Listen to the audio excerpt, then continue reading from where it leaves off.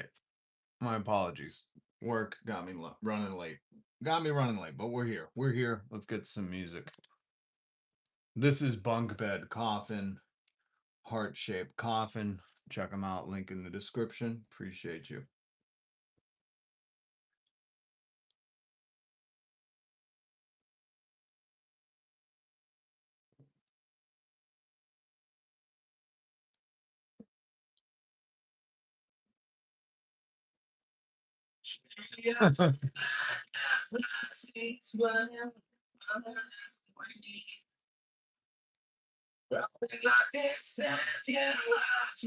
Thank you, Jacob. Thank you.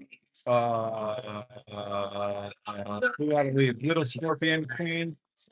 Smoking Blondie. Good to see you, Frankie Berry.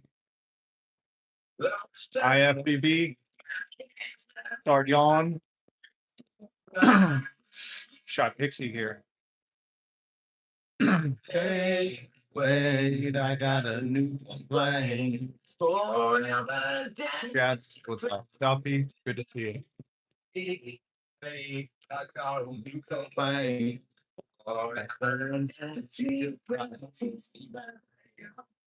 Do me a favor, if you're on social media, share this, you know? I gotta get this channel bigger, man. I don't know what's going on. And we got a lot to talk about. Donald Trump is the first president to convert to Islam in the White House on Easter. Joe Rogan's a full-on liar, a full-on rapist, philanthropist, a full-on rapist. It's a joke for Charlie Kelly. Full-on rapist. What else? We got delirious, absolute dementia-ridden audio clips. I got a new complaint. Charlie Kelly. One of the, you know, Charlie. He drops in. That was a joke for him. It's from It's Always Sunny. From an Always Sunny thing. We got a lot to talk about. A lot to talk about. There's a lot to go. So much. And why my fears of Donald Trump sending out election lists may need to happen in America. I hate to be the one to say this, but I think this may need to happen because there's too many people who are too comfortable who think the system is set in place like a goddamn mousetrap. And once somebody says the wrong thing, like I never want to hear fucking 25th Amendment again because all these people are full on board, folks. I'm sorry. I'll finish this song. I'm sorry. We got a lot to cover, but there's so much. There's from Joe Rogan the liar to Donald Trump to liar to we're ruled by liars to the liars are the criminals and the criminals make the laws and the laws are only here to oppress us and keep us in line and nobody's coming to save us. So until we the people give these fucking pieces of paper that are scattered throughout our history teeth, no one will be safe and no one will do anything until we the people do it. Here's Bunk Bed Coffin.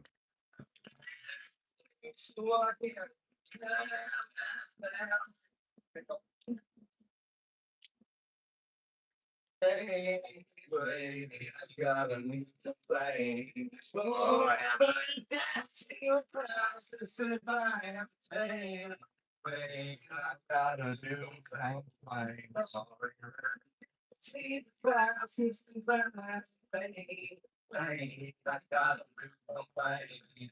Forever see the process and violence. Hey, I got a new complaint.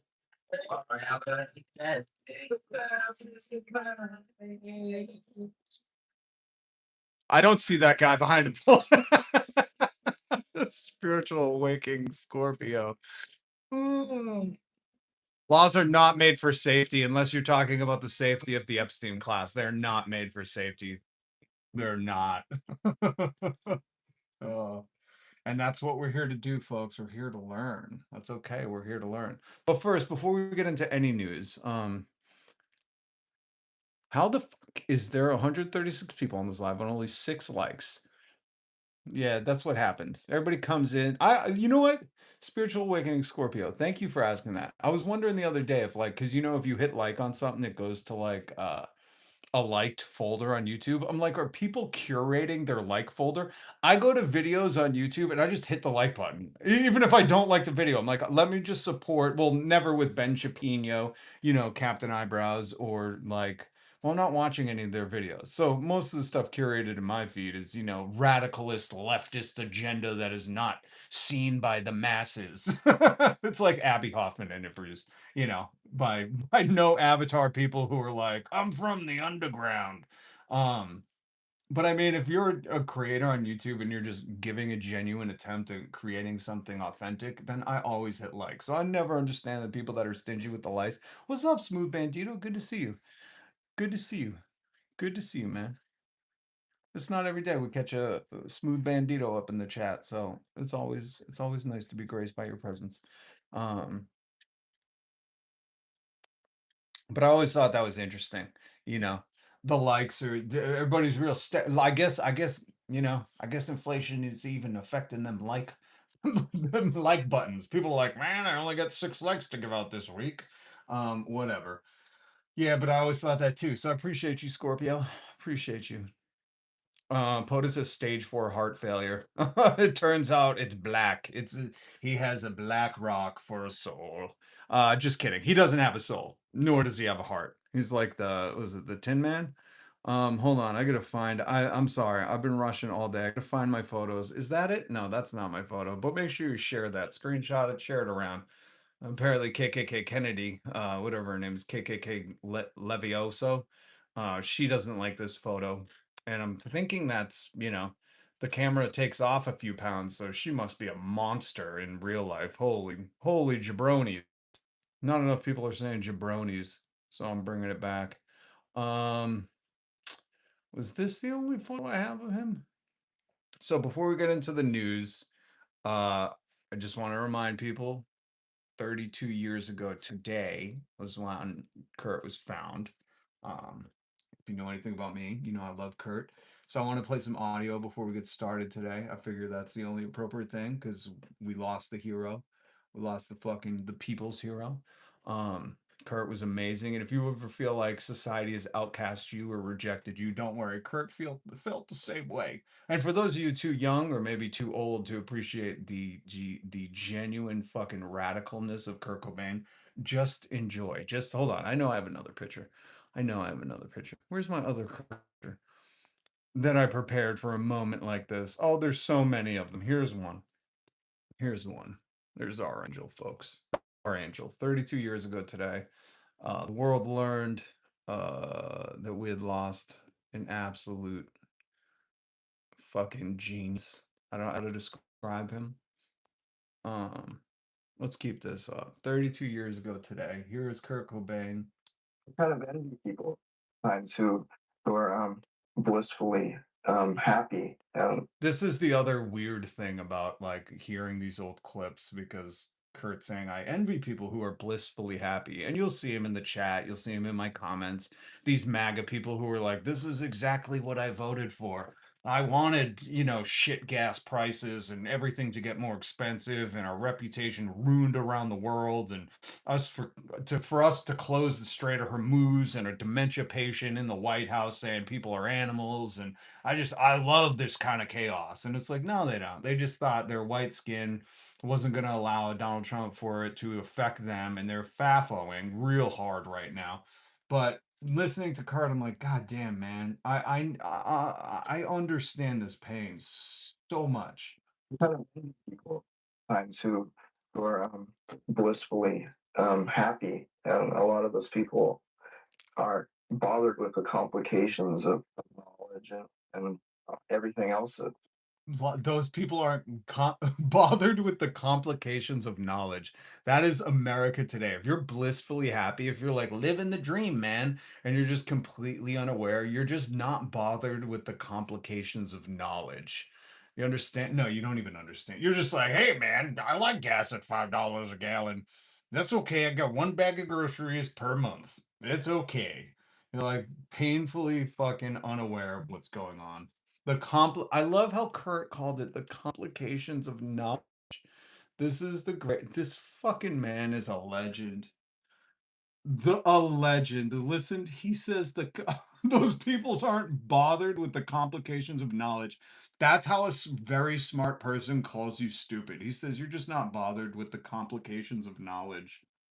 Are bothered with the complications of knowledge and God damn it. We need you, bro. Right now, we have an Earth where Dave Grohl is sitting in his fucking castle, cheating on his wife, probably promoting his daughter's album, which is shit. Well, he keeps silent, bro. Kurt, we fucking need you, man. God damn. everything else that life has to offer. I know a lot of people who are simpletons, they're Simpletons. Oh, what a great word for right now.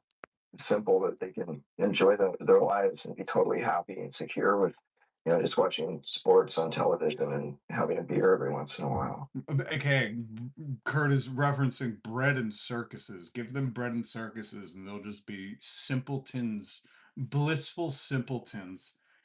If you don't understand who fully Kurt Cobain is, just dive in head first, and you will spend hours upon hours of one of the most compassionate humans on this earth who is too fucking he burned too bright for this fucking solar system.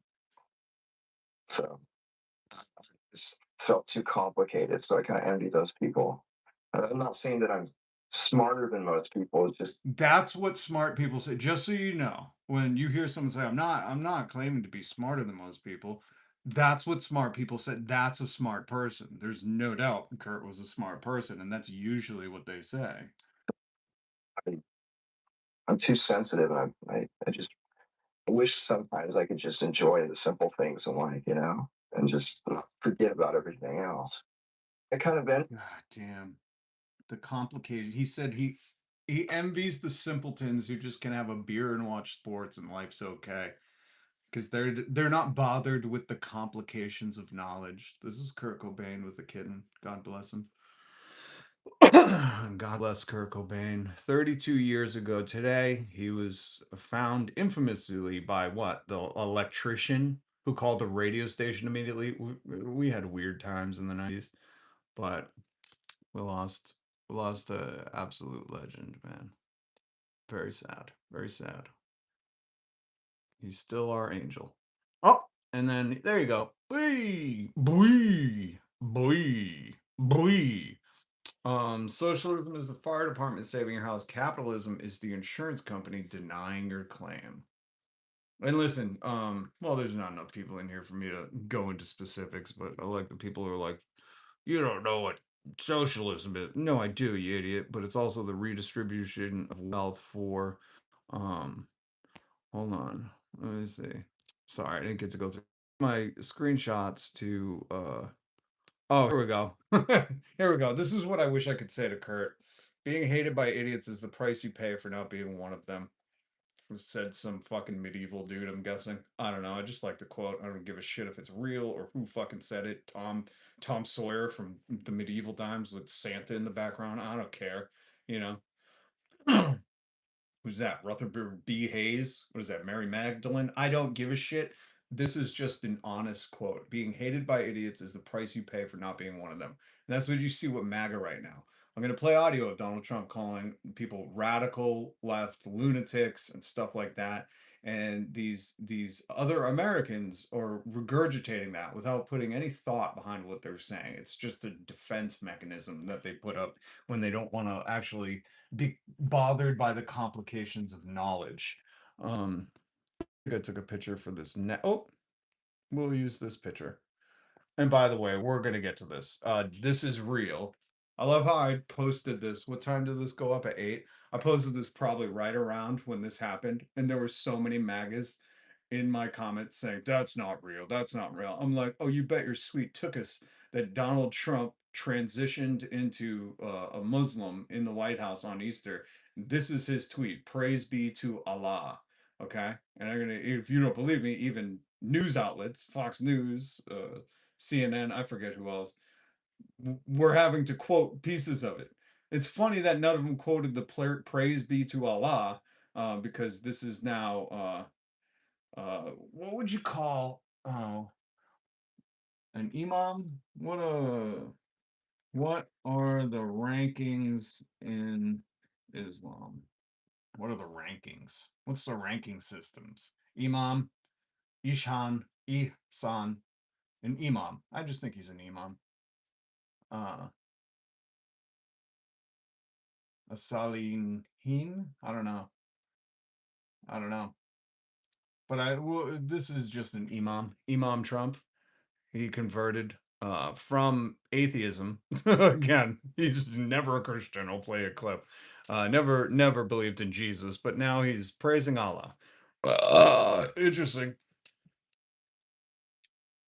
It's great watching MAGA on MAGA crime.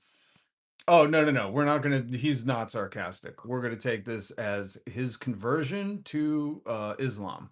You know, the first he is the officially first president to transition from greed, his religion was greed, to Muslim. And he's probably doing that because he knows he lost the war, you know. I knew he lost the war as soon as he didn't rename the Strait of Hormuz to like the Donald Trump's Wicked Strait.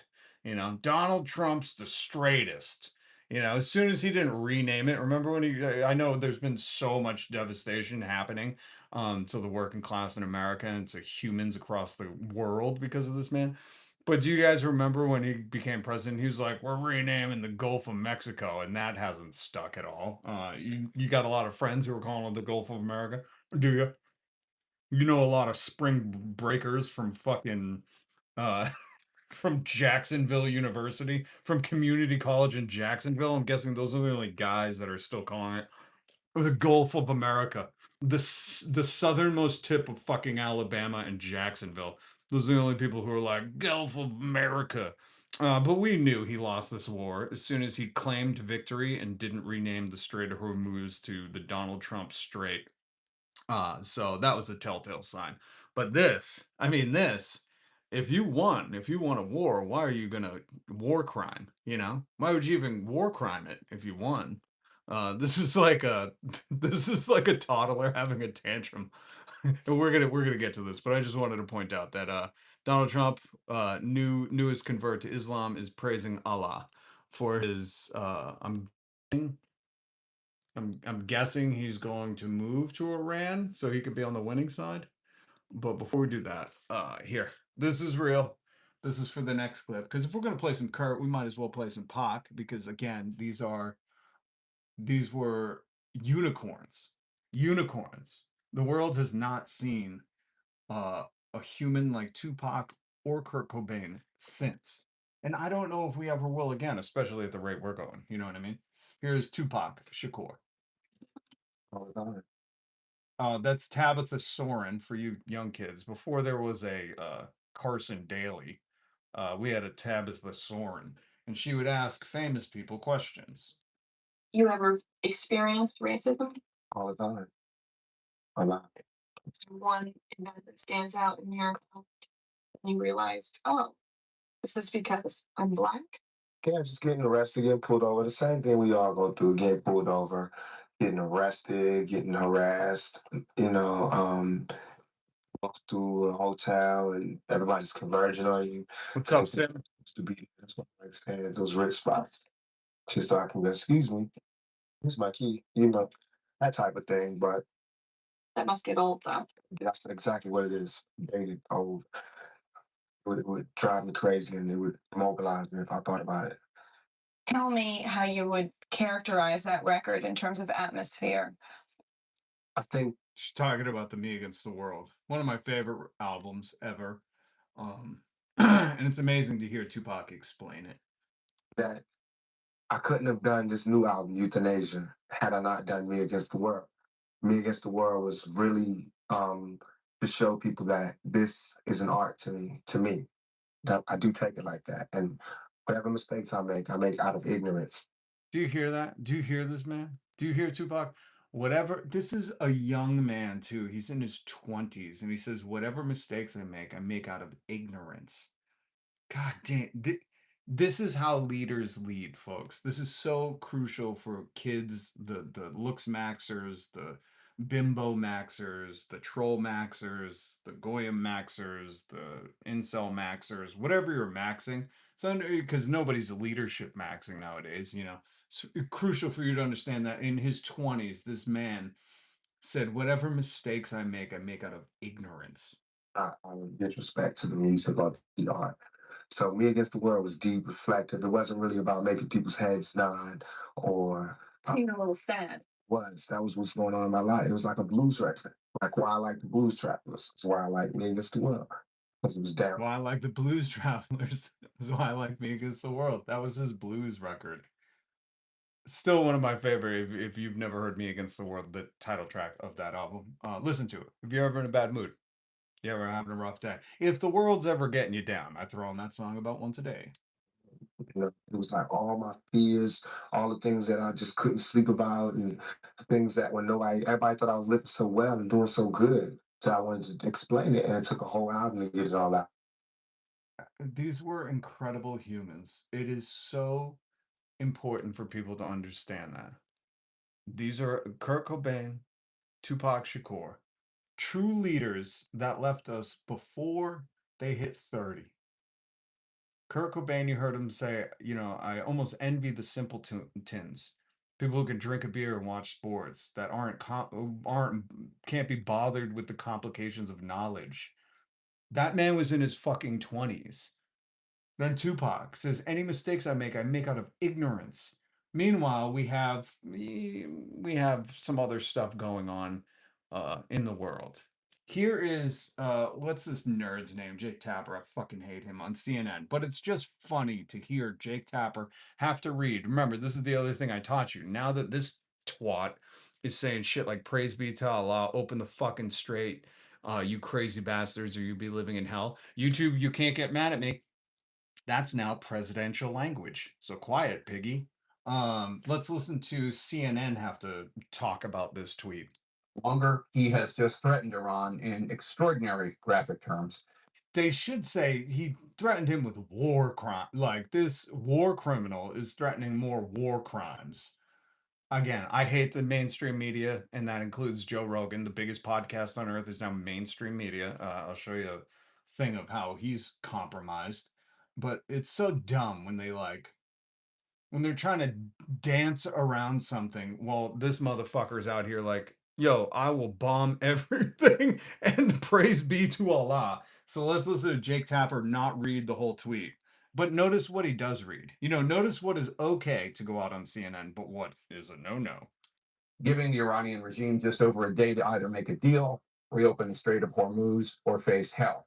If your children are watching, be warned, the president did not use polite language. If your children are watching, watch the fuck out, because this president is off the rails, man. Unless those rails are Adderall, then he's back on.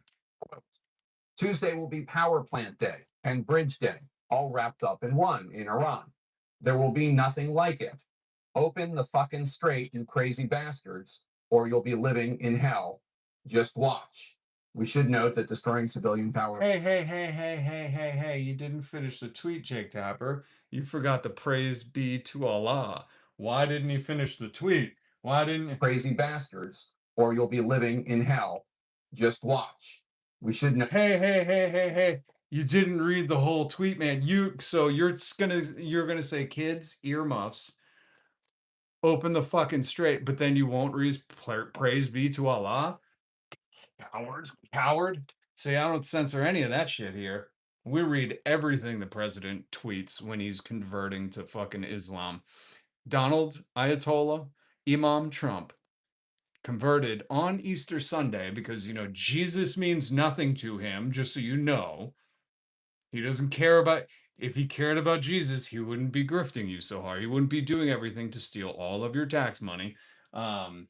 He would feed the hungry, he would give health care and houses, and you know what I mean? Like, he would do Jesus shit. He don't care. He don't care. Just like he's going to be the worst imam in Islam. They're going to boot him out of the mosque right away. As soon as he gets a hold of some of those kids, they're going to say, whoa. What do you think this is? The Catholic Church? Get out of here, buddy. Note that destroying civilian power infrastructure is generally considered to constitute a war crime under international law, though. Generally. Do you hear your news? Not my news. I don't fucking listen to any of these Muppets for the news. Jesus Christ. I listen to them for a good laugh after I understand what the news is. No, it's not generally. I love how they're like, generally it's a war crime, but if you're in America and you got all the muscle and power and money, then it's just a Tuesday. Should note that destroying civilian power infrastructure is generally considered to constitute a war crime under international law, though the president could argue that the infrastructure has dual use and also is utilized by Iran's military. Oh, well, then in that case, Iran, you could argue that for everything in America because, the military's everywhere on the streets. I'm sure they used a road at one point. Listen to these fucking cowards fucking kneel down to their king. You bunch of twats. And you're kneeling for the worst person. Here's Donald Trump back in whenever days when he was starting to run. And these people were just like, hey, man, tell us your favorite Bible verse because, if you've read it, you're like, oh, I really like the part where Jesus is like, woe to you hypocrites, or you could just say anything. I'm surprised this moron, this fucking dumb idiot Donald Trump didn't say, I like the part where he's, eating bread with the people. Could have just made up anything. But your president, not my president, is so fucking dumb. Hey, what's up, Odin?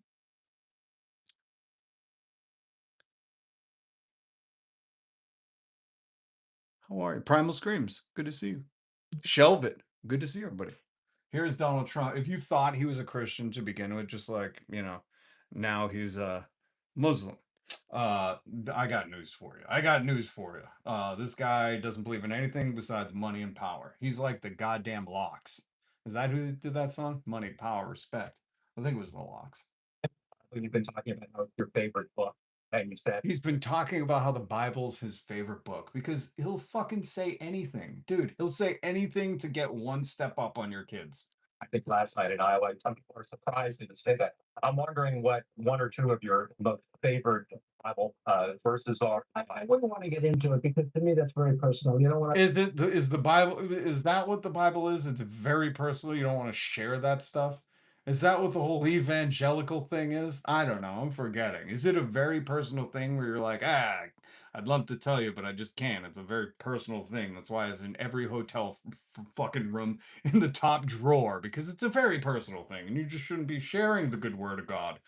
I mean, the gospel just means the good news because it's under lock and key. Fucking America, you got tricked by the stupidest person ever. It's very personal, so I don't want to get into those. I don't want to get into it means a lot to you. Just say you don't know. Just be like, dude, I was saying that. There was a room full of fat white people and they wanted to hear that. Like, just say that. Be like, dude, have you ever been to Iowa? They have cornfields and then they're praying Jesus comes back to rescue them from Iowa. Like, just say that shit, dude. And these fucking two evangelicals or whoever they are, they'll be like, oh yeah, we totally get it. We've been in that shithole before. Can't see the ocean, fucking praying you were in Canada for the healthcare. Like, just say that. Website. The Bible means a lot to me, but I don't want to get into Oh, it means so much. I just couldn't even tell you what the fuck's in it. I think there's a guy named Jesus. We're gonna deport that motherfucker. the specifics. Even to cite a verse that no, like. I don't want to do that. I mean, No, even just cite one verse, sir. Jesus wept, the shortest in the Bible. Nah, I don't want to do that. It's a very personal thing for me. Who hears that? Hold on, show yourself. If you're in the comments and you hear that and you're like, that's a Bible thumper right there. If you've never met a Bible thumper, maybe yeah. But if you've ever met anyone who's read like a fucking queef note of the Bible, if you're like, hey, what's your favorite Bible verse? They will give you the rundown. Okay, they will give you the rundown, and especially if there's some southern twat who's like hysterical with holding rattlesnakes, they'll shake it up for you. They probably got a Bible in their back pocket, their top pocket, their fifth pocket. Old Testament guy or New Testament? Probably equal. You Old Testament or New Testament? He's like probably equal. I don't know. Maybe not a Christian then. If you know anything, these are just going to be inside jokes for the people who know. If you know anything about the Old Testament versus the New, maybe not a Christian. I think it's just an incredible. The whole Bible is an incredible. I joke very much so. They always hold up the Art of the Deal. I say my second favorite book of all time. Ah, yes. What a funny joke. But Could you give us a quote from The Art of the Deal? I just think the Bible is just something very special. Okay. I just think it's very special. AKA, let me translate from Grifter. When you're facing that audience and a bunch of these fat, fried dough eating motherfuckers who got nothing to look forward to and just praying for low gas prices and they're fucking hoping that Jesus is real for them to escape this hellhole they're on in earth. Um, you got to throw out the you love the Bible. Like, that's what he's saying. He's like, dude, come on, guys, we're back in New York. He was in New York during that interview. He's like, guys, why you grill me? We're in New York. No one gives a shit about the Bible here, man. Besides some homeless people screaming on the street like Jesus is coming back. He's like, I was in the Midwest, dude. That's what you say. You go to the Midwest and you say Jesus, and they all bow the knee. They all start to sell their cows and pray that fucking he's coming back. My God. Um, Here, so he talked about one of his books, and this is just proof that he can't even cite his own books. Okay, just so you know, the book that he didn't write, because he doesn't write books. He has ghostwriters write his books, just in case you're wondering. I still don't understand. We're going to talk about Joe Rogan in a minute. I still don't understand how Joe Rogan, Theo Vaughn, Andrew Schultz, Ben Shapiro, sorry, and all these grown men, besides for their thirst for power, really, can have the balls to say, I didn't vote for that. Like, this is a guy who can't quote his own book. You understand that? Like, he can't even quote his own book. I'll just play the audio. It was so easy. I terminated that, and then the B2 Don't forget to like and subscribe. Thank you. What's up, Mikey? Qassam Soleimani, who was an evil genius. And the reason I did it, I heard he was going to knock out 5 of our military bases. And had he lived, I believe we would be fighting perhaps a different Iran right now because he's never been replaced, And I did one other, but this one was not picked up. Osama bin Laden. I'm sorry, he did what? He's the one. Is that Donald Trump? I don't know. They all look the same. I can't tell anymore. They're all bimbo maxing. Is Donald Trump the one who took out Osama bin Laden? Pretty sure it was Obama, but okay. If you read my book, I said you got to take him out 1 year before the World Trade Center came down. Oh shit. Well, I'll never waste my time reading a book that he didn't write or paid somebody else to write and then put his name on it. But there's this amazing contraption called Google and just see if it's in there. And when you do that, you'll find out no, he never said take Osama bin Laden out a year before the trade centers. This is hilarious that any grown adult would fucking in their right mind be like, yeah, you know what? That's the guy to lead us forward. And it just shows that how many people in America are compromised. This is what I want you to understand. When you hear people asking for the 25th Amendment, or what else are they saying? Like he's not fit to serve, or that there's constitutional rights. Right. Right. What I'm trying to get people to wake up to is no election. You know how he said, what did he say? Hold on, let me find.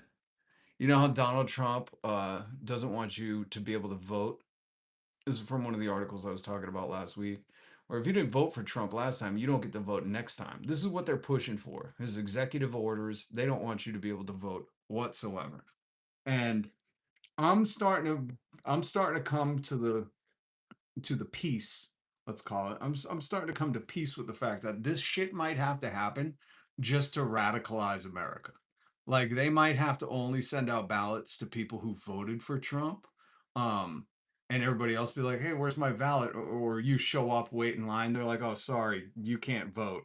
And I think that might truly have to happen here in America for people to be like, "Oh, my job, money, this health insurance is all made up." The greatest trick the working class ever played on the fucking elites is that they think we're invested in this economy. We're all one paycheck away from living in our car, fucking losing all our teeth in a severe amount of pain while we can't even put gas in our car to drive to the next fucking parking lot.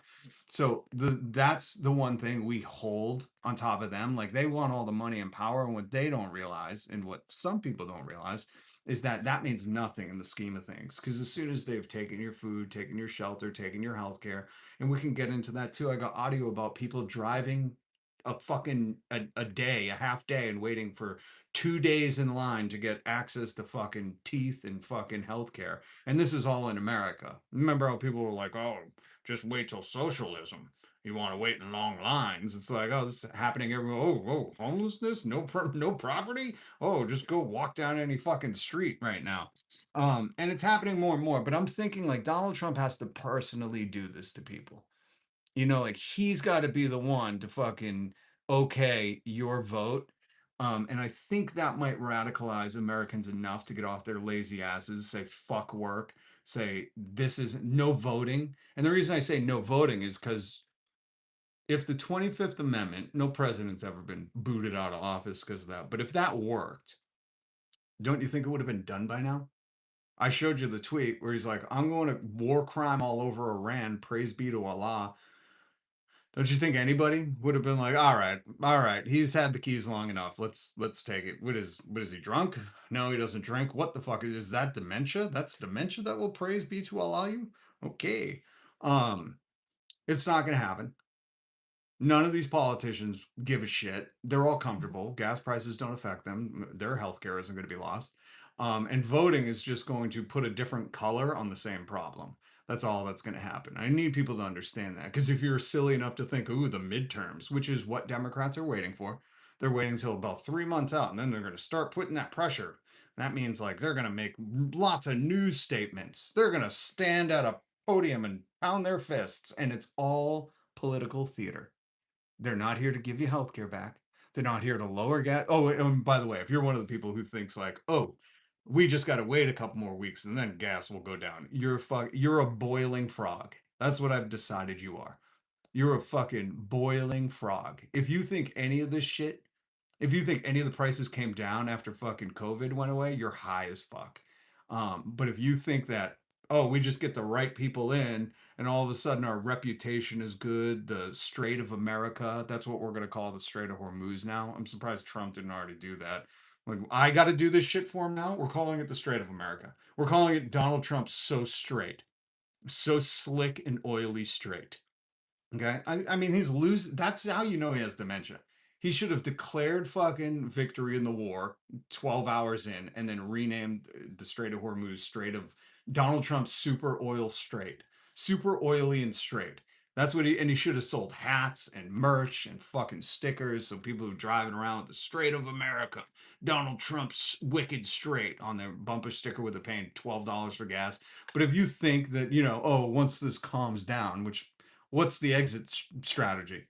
Unless this dude surrenders and is like, I'm very sorry, I should have never closed the strait. Like, and that's not gonna happen. That doesn't present machismo.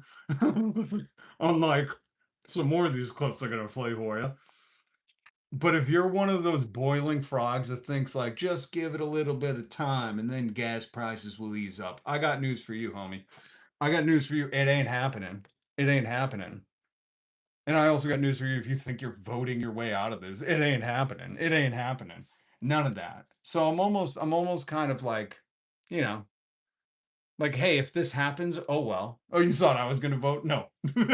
I see everybody fucking standing on the sidelines right now, and I'm like, none of you are fixing the problem.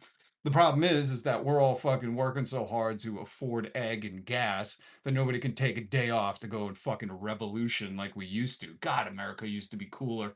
Guy used to fucking proclaim himself as king, and we were like, none of that around here.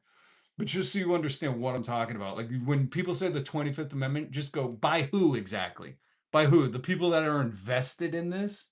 Who's going to 25th him? Huh? The people that are fucking not doing anything right now? Really? You think that fucking once the Democrats get in power, Hakeem Jeffries and Chuck Schumer and Nancy Pelosi are going to have a change of heart? They're his fucking conspiratorial associates. They're fucking involved in this. Their fucking hands are dirty. You understand that, right? Like they're gonna pretend there's some bureaucratic block where we just can't stop them. And it's like the truth is they have more money than God, which I hate that saying because God never carried any money. When he needed money to pay his taxes, he was like, yo, go grab a fish and on the fish's mouth you'll have a coin. They didn't carry cash. But he has more money than Oprah, Who more money than Elon Musk right now. It's just not disclosed. That's the thing. And it's not liquid. I love when people say that. It's not liquid. Oh, right, right. Yeah, he's cash broke. Fuck you. But if you think for a second that any of these politicians, like, this is what this is the conclusion I've already come to. And you can waddle your way around this any way you want and keep going to work and keep pretending that, one day I just hope I don't get a toothache, or I just hope I don't get sick while this happens, or hopefully I got enough cushion to fucking still eat and gas. It's like, but the truth here is this is a failed state. You're gonna see some nods. I linked an article below. Some people are starting to show sign, write articles like, hey man, we haven't even seen the full effects of like what this is going to cost us and how bad this is going to be in the economy. Remember, like, things aren't immediate. So all the layoffs last year and then all the layoffs last month and the month before, all into 2026, like, we're not seeing the immediate effects of that. The economy is like this big chugging along capitalist engine where it has a little sustainability. Just look at any kind of Democratic into Republican fucking transition where it just kind of, keeps putting around long off that fucking whatever.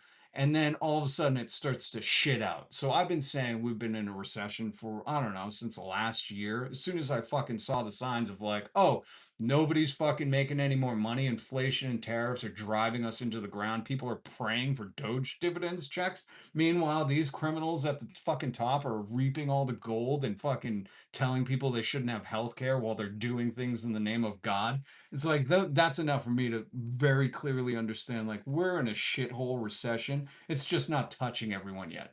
And that's really what has fucking confounded me the most, is that America, I just don't think that this generation of man and woman, I don't think humans, the American psyche at this point is equipped to handle any kind of serious fucking political stuff. Not only because they voted for egg, they were like, hey, they're eating the dogs and cats. Could you make egg cheaper so we don't have to do that? That was like a telltale. That was them. If you play poker, that was their show, their tell. They're fucking, giving away their hand. Like, these people aren't mentally equipped to fucking have any real conversations. We should just tell them, hey, we have concepts of a revolution. And they'll be like, that sounds interesting. These people are fucking morons. But what's worse, and I witness this every day, is people are kind of just comfortable enough where they can still put gas in their car and they're thanking Jesus. They're thanking Jesus that they can just afford that egg. And thank God we're not like the poors in America. We still have the health cares. And those people are really what's the stumbling block to any kind of fucking forward progress, because as long as you have the status quo, I'm still kind of comfortable, fuck everybody else, which is what is America has equipped you to become. America has propagandized you and infiltrated your fucking brain to think, like, hey, as long as you're doing good, who gives a shit if the neighborhood crumbles? You'll still be able to go to those stores. There might be longer lines, and AI might be answering the fucking customer service, and there might not be people there to serve you like you wanted, but you know what? Aren't you doing okay? And that's the whole fucking psyche they've sold you forever. Aren't you doing all right? And as long as you think like, wow, let's just be so thankful we have one piece of chicken, one tortilla, one piece of broccoli, and one special thing on our plates, folks. And you don't see that as a fucking tumble, that we've come to this point and people are praising God that they're the lucky ones and not looking around and fucking awake to the fact that, like, dude, I could play. I'll play some of the audio for you. But when Donald Trump's like, "Oh, we got to stop Iran. They're shooting protesters," it's like, dude, you're doing that here in America. You've done that here in America. Like, you don't give a fuck. And people are like, "Oh, well, just thank God that they're not in our city." And it's like, you don't see Minneapolis as your city. This is the fucking problem.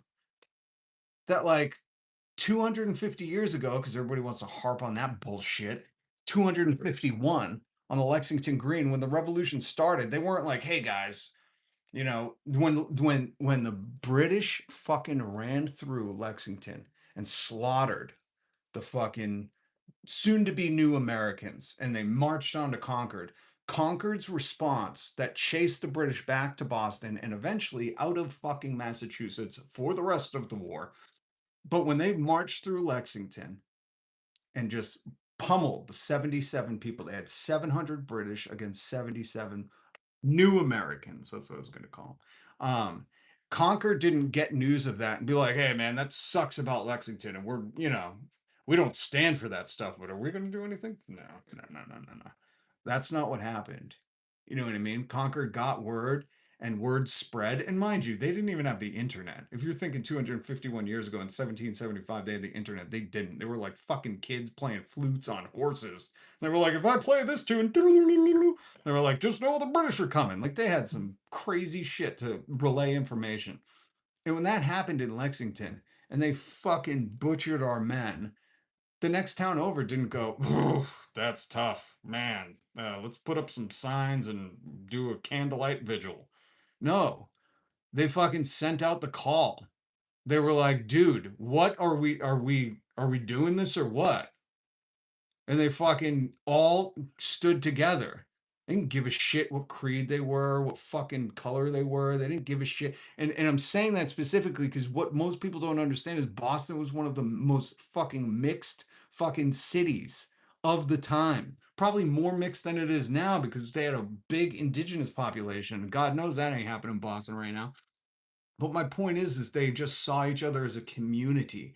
And America has been working for 50 years to make you think that Minneapolis is a separate island and it doesn't exist and it's not tied to you and it has nothing to do with your rights and you're just watching it happen on TV and you've been desensitized and dehumanized into believing that just thank your lucky stars it's not you. But what I fucking see is that's me. That's my brother, that's my uncle, that's my kid, that's my fucking sister, that's my friend. That is me. That's what it means to be an American. So if you want to save America and fuck the system, fuck the laws, they're all written by criminals in one aspect or another. But if you just want to save the community of America, the Free People's Union of America, then you have some fucking introspective thinking to do. Because I see all of this shit and I go, if people fucking start to tell me, like, you gotta vote, it's like, for what? For what? A less tepid fascism? For what? Seriously, just fucking tell me in the comments. Look at Smoking Blondie. I never thought as a kid I would be beat while handcuffed by federal agents. 100%. And that's what I'm talking about. I guess I'm blessed. What's up, BCJ? Good to see you, man. I guess I'm blessed because at a young age I got to understand how fucking corrupt the police were, that they were liars and criminals, that because they put on a badge, it doesn't give them some kind of fucking, sacred armor that makes them tell the truth and fucking be honest. It doesn't matter what skin color they are. Like I was blessed from a young age to fucking have the fucking wool ripped off my eyes and to understand that these people are just as criminal as you and I are when it fucking comes down to it, you know? But it's just pathetic. If I start seeing people fucking telling me to fucking vote for what? A party that's left us with this fucking piece of shit. Remember, the Democrats could have put, if he's got 34 felonies, they could have just been like, yeah, I don't know. This is my whole fucking deal with like Kamala and fucking Joe. They were like, America's gonna go to shit if he's president. I'm like, why don't you lock him up and put him in fucking jail? He's got 34 felonies. I'm pretty sure if any of us did, they wouldn't think twice and be warning, like, hey, he shouldn't be leading you. Do you get what I'm saying? That Joe Biden and Kamala Harris enabled this man. They allowed this to happen. Their fucking DOJ let this criminal free and fucking are responsible for it. Thank you for the 99-cent super chat, Pink Fur. What are his felonies? Oh, Jesus Christ. This is what I mean. It's like if you're too stupid, just go look up, man. The campaign laws in this country are fucking written very fucking harshly. And when you get 34 of them, I'm pretty sure if you were running for mayor and got 34 campaign finance felonies, you wouldn't be fucking walking free. This is what I mean. It's like, God, Americans are so fucking stupid. They're so dumb. You know what? I can't even fucking entertain like this is some fuck. I'm just gonna put you in timeout because if I see another stupid question like that, you know, He's just clickbaiting me with fucking stupidity. It's like Mark Twain said, don't argue with dumb people. They'll drag you down to their level and they'll beat you with experience. And I just don't want to do it, you know? It's like that was years ago, bro. Fucking read a book, go online, just look it up, you know? Like, Jesus Christ, I gotta catch you up on all the backstory? Fuck, man. Thank you, Pink, for appreciate you. 99-cent super chat. By the way, hit subscribe, um hit the notification bell. And if you don't, that's fine. I'm totally fine with that. Listen, this is why I pulled this quote up. You know what I mean? Because if you're like, oh, I hate this libtard. Number one, I'm a fucking socialist leftist, so get your boxes correct. But being hated by idiots is the price you pay for not being one of them. And I'll never be one of you guys. You know, MAGA. Sorry, I couldn't do the Joe Rogan hard right turn. I couldn't do the Kanye West fucking hard right turn. I just can't do it. You know, I'm fucking pro the people. I care about people, irregardless of their skin color, orientation, fucking religion, fucking whatever. You know, if you're too small minded to fucking understand that when you start hating on people because of a color, you negate the fact that these people are American and you become anti American. It's a very simple concept that has fucking flown way over your head into left field. You just couldn't even catch that one. You just think like, oh well, if I hate the right color people, or if I hate the right fucking gendered people, then I'm pro America. And you're not. You're not. You don't stand for none of this shit. Um, and this is the funniest part. Uh, if you've been watching all the news, there's a lot of clips. Donald Trump, again, is just a fucking chatterbox. That guy just wants to be in front of a camera. I always think of what's that the Molly Shannon bit where she's like superstar. Like he should fucking come out on stage and do that dressed in a schoolgirl outfit. I'm sure that's probably in the Epstein files somewhere. Release the rest of the files. That's why they're doing all this. Um, Hold on, let me put up a picture of Donald Trump. There he is. um, so your Queen and Lord Donald Trump. Everybody's been taking bets on like, oh, and by the way, I got a new Iran meme troll war song. It's fantastic. Playlist of the summer, my homies. Uh, but Donald Trump, you know, he fired Blondie. He fired what's the other dude?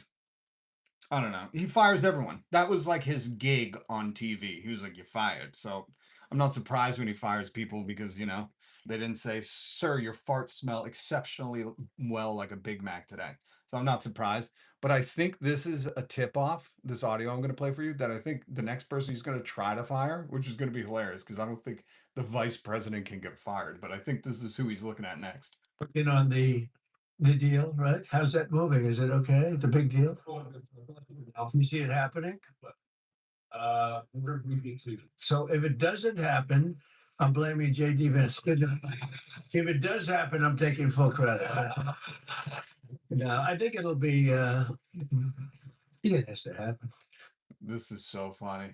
I hope whatever the fuck it was, the Iran deal, well, that's not happening. I hope he fires JD. I want to see. And this is what I mean. Like all rules are null and void. Like you have a guy who's just like, I could do whatever I want, and who's gonna stop me? And the whole world is like, ah, he's right.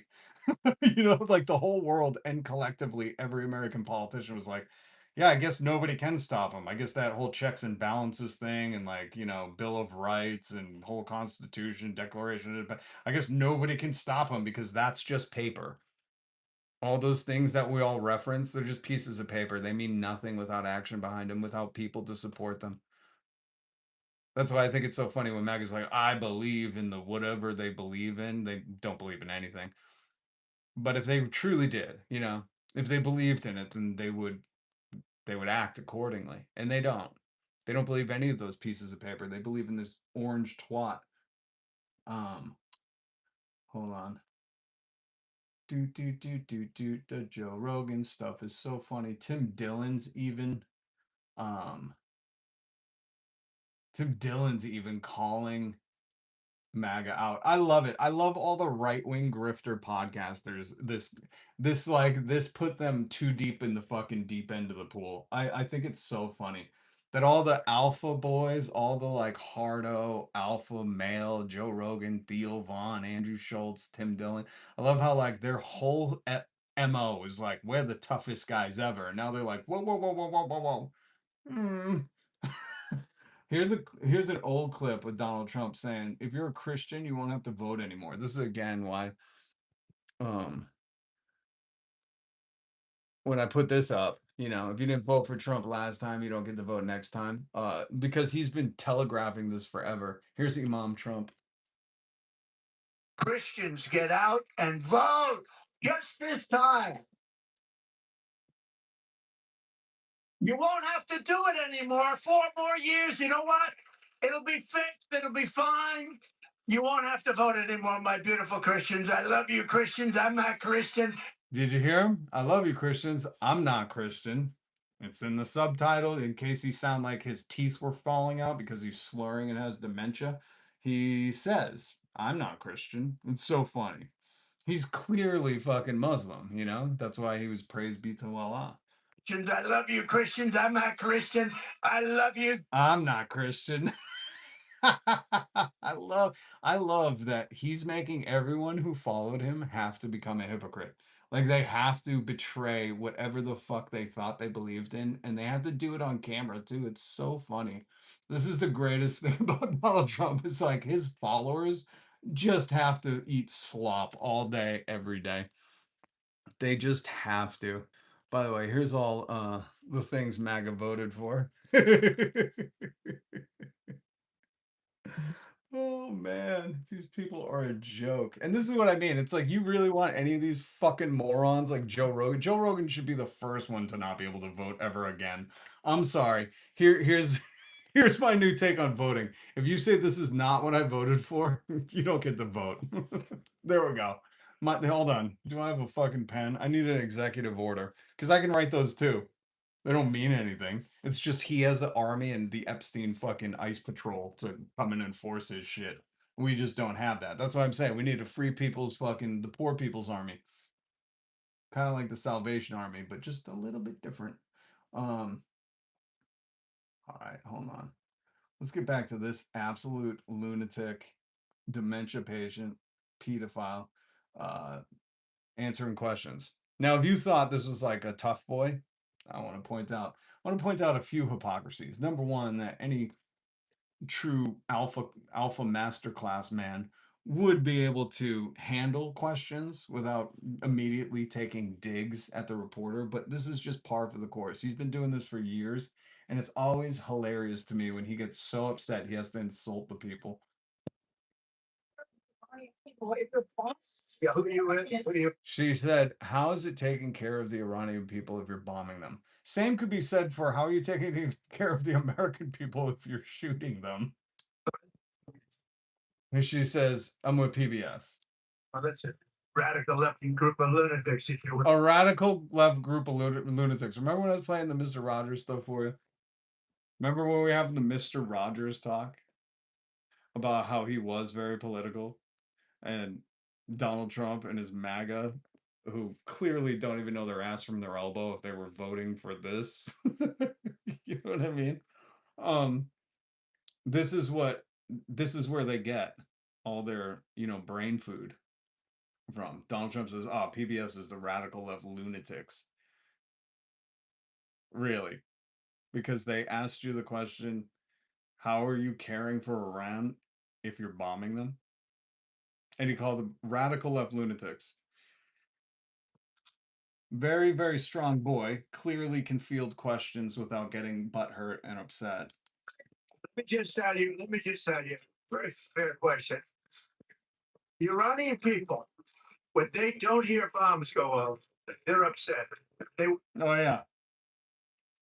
I don't know. In your human experience, I don't know if you've ever heard one go off, but in your human experience, I guess we could just ask the children of America.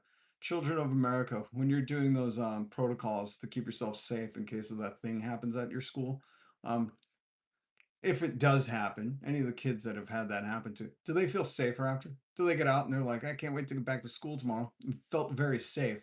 You know what I mean? Like he's just blatantly fucking bending reality to whatever fucking need he needs to fill. want to hear bombs because they want to be free. And the only reason they're not out protesting, you know that, is because they were informed that if they protest, like the wrestler and his friend, If they protest, they will be shot immediately. Yeah, that's kind of like America. Interesting. But that's the guy who says you're the radical left, right? He says Donald Trump tells them you're the radical woke left. Hold on. Oh, I got some more memes for you. Donald Trump tells those people you're the radical woke left because they asked them, how are you caring for people while bombing their country? And he called them radical and woke, right? They're radical lunatics. Well, here's another question fielded to the president, the very tough president, who's clearly in control and not shook by any of this stuff. Mind you, think of somebody who is calm, cool, and collected, and see if this is how they answer. Not be a war crime to strike Iran's bridges and power plants. How will there not be a war crime to strike their power plants and bridges and water and all that? How is that not? Now, I want you to remember this is a calm, cool, and collected individual leading the country, not with dementia, even though it looks like if the wind blows, that bird's nest, that bale of hay on his head, that I don't know, maybe he's something about married over his ear, his unscarred ear. It's gross. It's gross. God damn. Now I know why Donald Trump wears a hat. Wear a hat, bro, because that hair is sickening. Looks like a skeleton was gluing fucking pieces of straw to it. Because they killed 45,000 people in the last month. More than that. It could be as much as 60. They killed protesters. They're animals. They're animals. He said they killed protesters. They're animals. I wish the reporter followed up with, what do you consider your group of ICE to be if they did the same to protesters? You know what I mean? And we have to stop them, and we can't let them have a nuclear weapon. Very simple. They want a nuclear weapon. They've been trying for a long time. I stopped them with the Obama horrible Iran nuclear deal. I stopped them in a lot of different ways. God damn, the audio is so bad. It's like, does nobody have the good technology at this place? But do you notice how he calls PBS the home of Mr. Rogers, LeVar Burton, Sesame Street? What else? That Christy Amanpour, is she on PBS? Ken Burns. You know, that's the home of radicals. While this guy is saying, they're animals about Iranians. If you support this, just know most Americans despise you. We hate you. And no, those people aren't animals. You, MAGA, you might be living up to the term fucking they're animals, but anybody else, nah, nah. Here's another tough boy questioning. Very tough boy, calm, cool, collected. He is in control, folks. Thank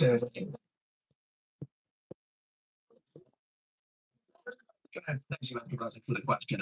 Deliberate attacks on civilian infrastructure violate Geneva Conventions and international law. I'm with the New York Times. Zolan from the New York Times. Are you feeling you circulation way down at the New York Times? Dude, what is with this fucking dude where anytime he gets a question he doesn't like, he has to be like, who you with? Who you with? It's failing. You're failing. Radical left. Failing.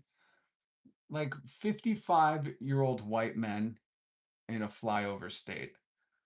What about that appeals to you? Complain about corporations getting taxpayer money. Oh, Mr. Fantastic, I do all the time. Elon Musk, he has all of the government contracts now. Elon Musk gets all of your tax dollars now when it comes to space or any fucking thing. But listen, we can certainly talk about that. Right now, there's more pressing things. But you know, if you know anything about this channel, I talk about how corporations helped elect Donald Trump. That's why I show you the picture of Don's inauguration with all the main heads of tech and fucking everything that's in America right now, standing in a row, paying fealty to their new capitalist techno king, because they all knew that electing Donald Trump would give them major tax breaks, would fucking, you know, allow them to reap the benefits of a society without putting back anything into that society, including good paying jobs, fucking guaranteed healthcare without tying to having to work. And just stripping us of our infrastructure and fucking any kind of clean water, air, fucking data centers, not fucking voiding our fucking nature. They knew. So, I mean, corporations are, essentially, I would say not what's wrong with politics in America, because you don't get sleaze bags like Donald Trump for no reason. This guy's been, there's sleaze bags all the time. It's funny when he talks about, the criminals, the da-da-da, they're eating the dogs and cats. I just wish somebody would get on the fucking TV and be like, the criminals, we got to get the criminals out of the White House. They're eating the kids and the babies. We got to get them out of the White House, Praise be to Allah, like Donald Trump said. But isn't this incredible? Donald Trump, again, who gives a shit about the rest of that? Let's get to Joe Rogan and how he's a pathetic fucking liar. And I'm just glad. That's the other thing. He even tweeted about it. Just so you know, Joe Rogan did come out. Let me play the clip for you first. Let's do that. Let's do that before we allow Joe Rogan to apologize for being a liar. Fucking Joe Rogan. This guy's a joke. Oh, did have it. Hold on. Here we go. Let's put this up. That's not the one. Here we go. Here we go. Joe Rogan. Here's the clip. Utah at the time. Oh, you were? Yeah. They're talking about the Charlie clan murking. And he's saying, I was in Utah elk hunting at the time. No, you weren't. And I know, because that day, I fucking, or whenever he released it, what must have been the next day. Whenever he was releasing it, it was pretty shocking to watch him react in real time. Like I said, I was in Utah at the time. Oh, you were? Yeah, I was hunting in the mountains. Well, that's interesting. Yeah. I don't know nothing. I think Theo is trying to give him a heads up right there. Like, well, that's interesting, Joe. Are you sure you're not remembering things wrong? I'm getting all these text messages from people wanting me to comment on things. I was like, what are you talking about? I literally didn't know what was going on. But I had to use the Starlink to get online. Oh, wow. I got to Listen to how fabricated this story is. You know what I mean? Like, Joe Rogan is really going deep into the weeds about this.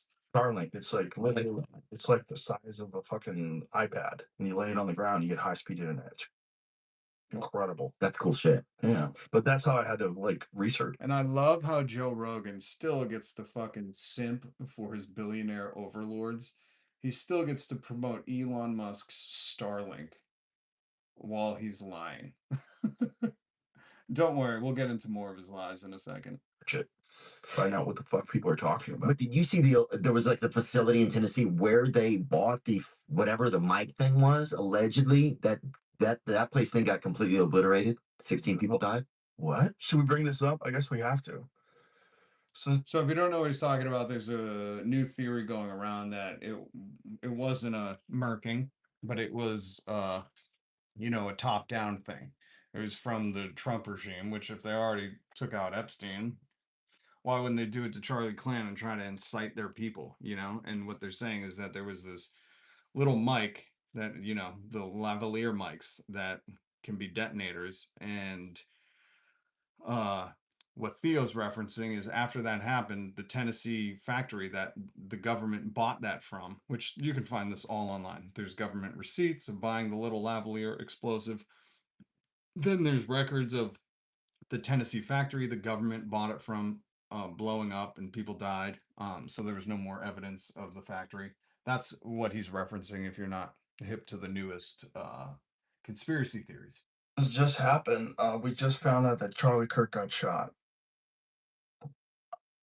It's fucking awful. And so anyway, sorry. So clips from, so just so you understand how bad he was lying, when he said, I was elk hunting in Utah, nowhere near it. It then clips to Joe Rogan with Charlie Sheen saying this. So this just happened. We just found out that Charlie Kirk got shot. It's fucking awful. And is he dead? That's what was just One of the guys out there just said, in So that's Joe Rogan blatantly lying to Theo Vaughn, just like he lied to Theo Vaughn about a bunch of other things and trying to, tell Theo Vaughn, hey man, you're freaking out. Why don't you get off the antidepressants and come hang out with me and my friend Peter Thiel? And if you don't believe that's a fucking thing, um, again, this is shit. Like I've been barking up this tree for so long. It's just hope maybe reaches a new brain and somebody else is like, oh damn, yeah, that's a little suspect. Um, this is the Joe Rogan Experience brought to you by Peter Palantir.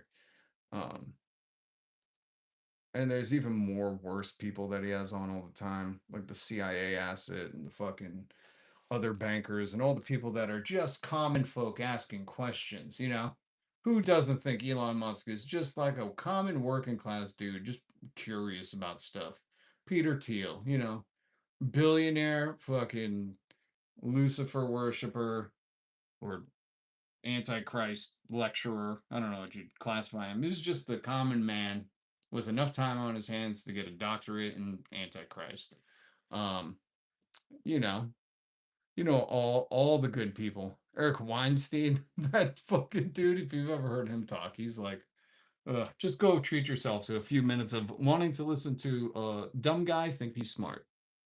Anyways, so the reason I've been saying for quite a while that Joe Rogan is just a fucking liar and a bad one because he's on a podcast and we have the internet. And you could just easily Google stuff to find out how wrong he is.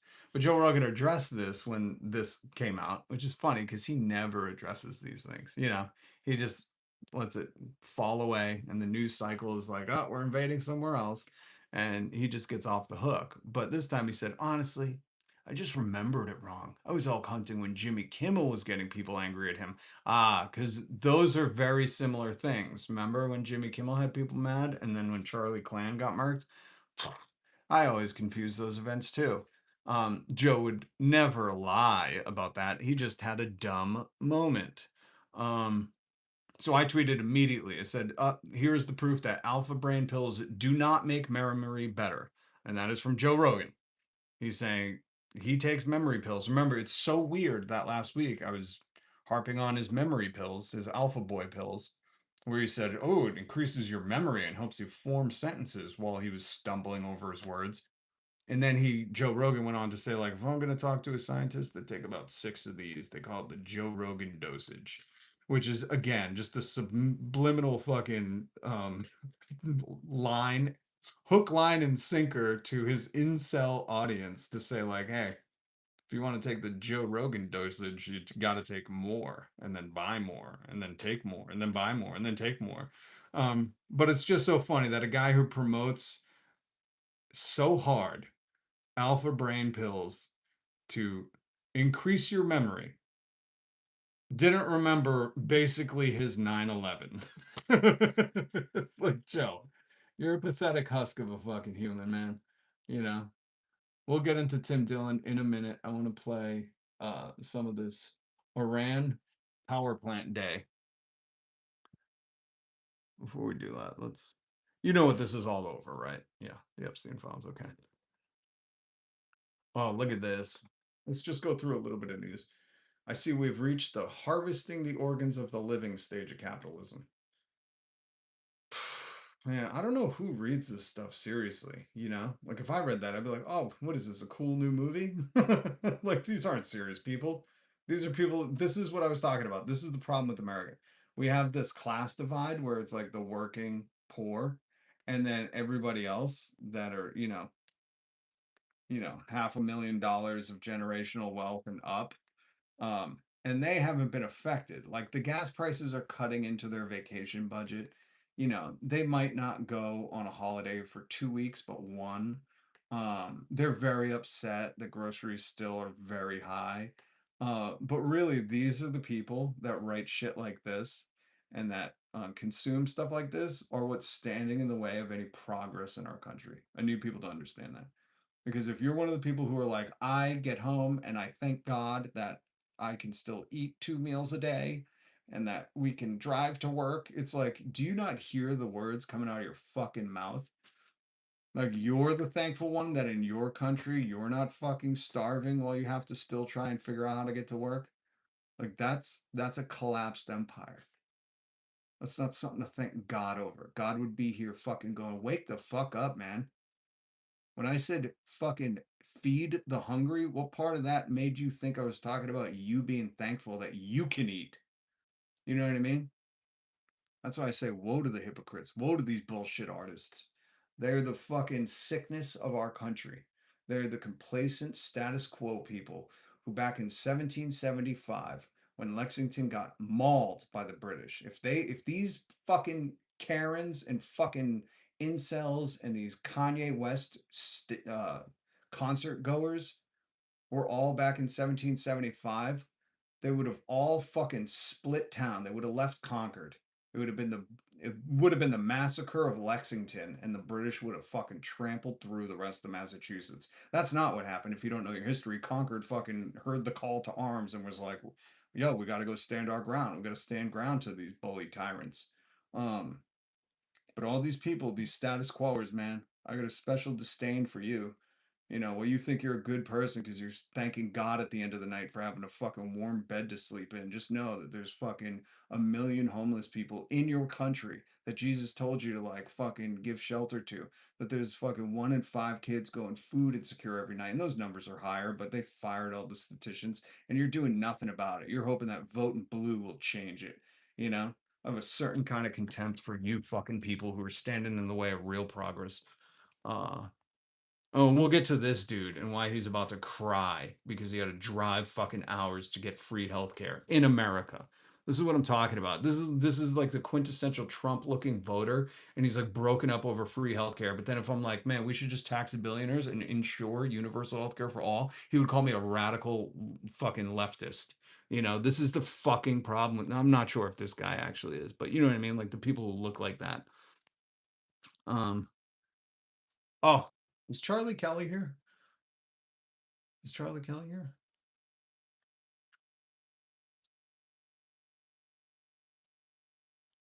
For organs, ask to Israel? You mean like ask Israel?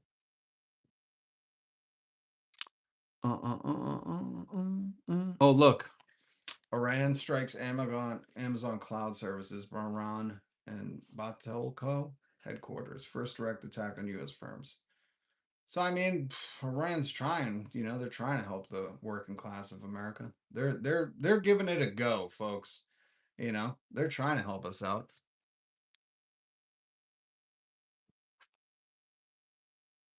Hold on, before I play, well, I'll just play this Iran. Uh, if you haven't heard it, this is the new Power Plant Day, Bridge Day, hip hop track from Iran.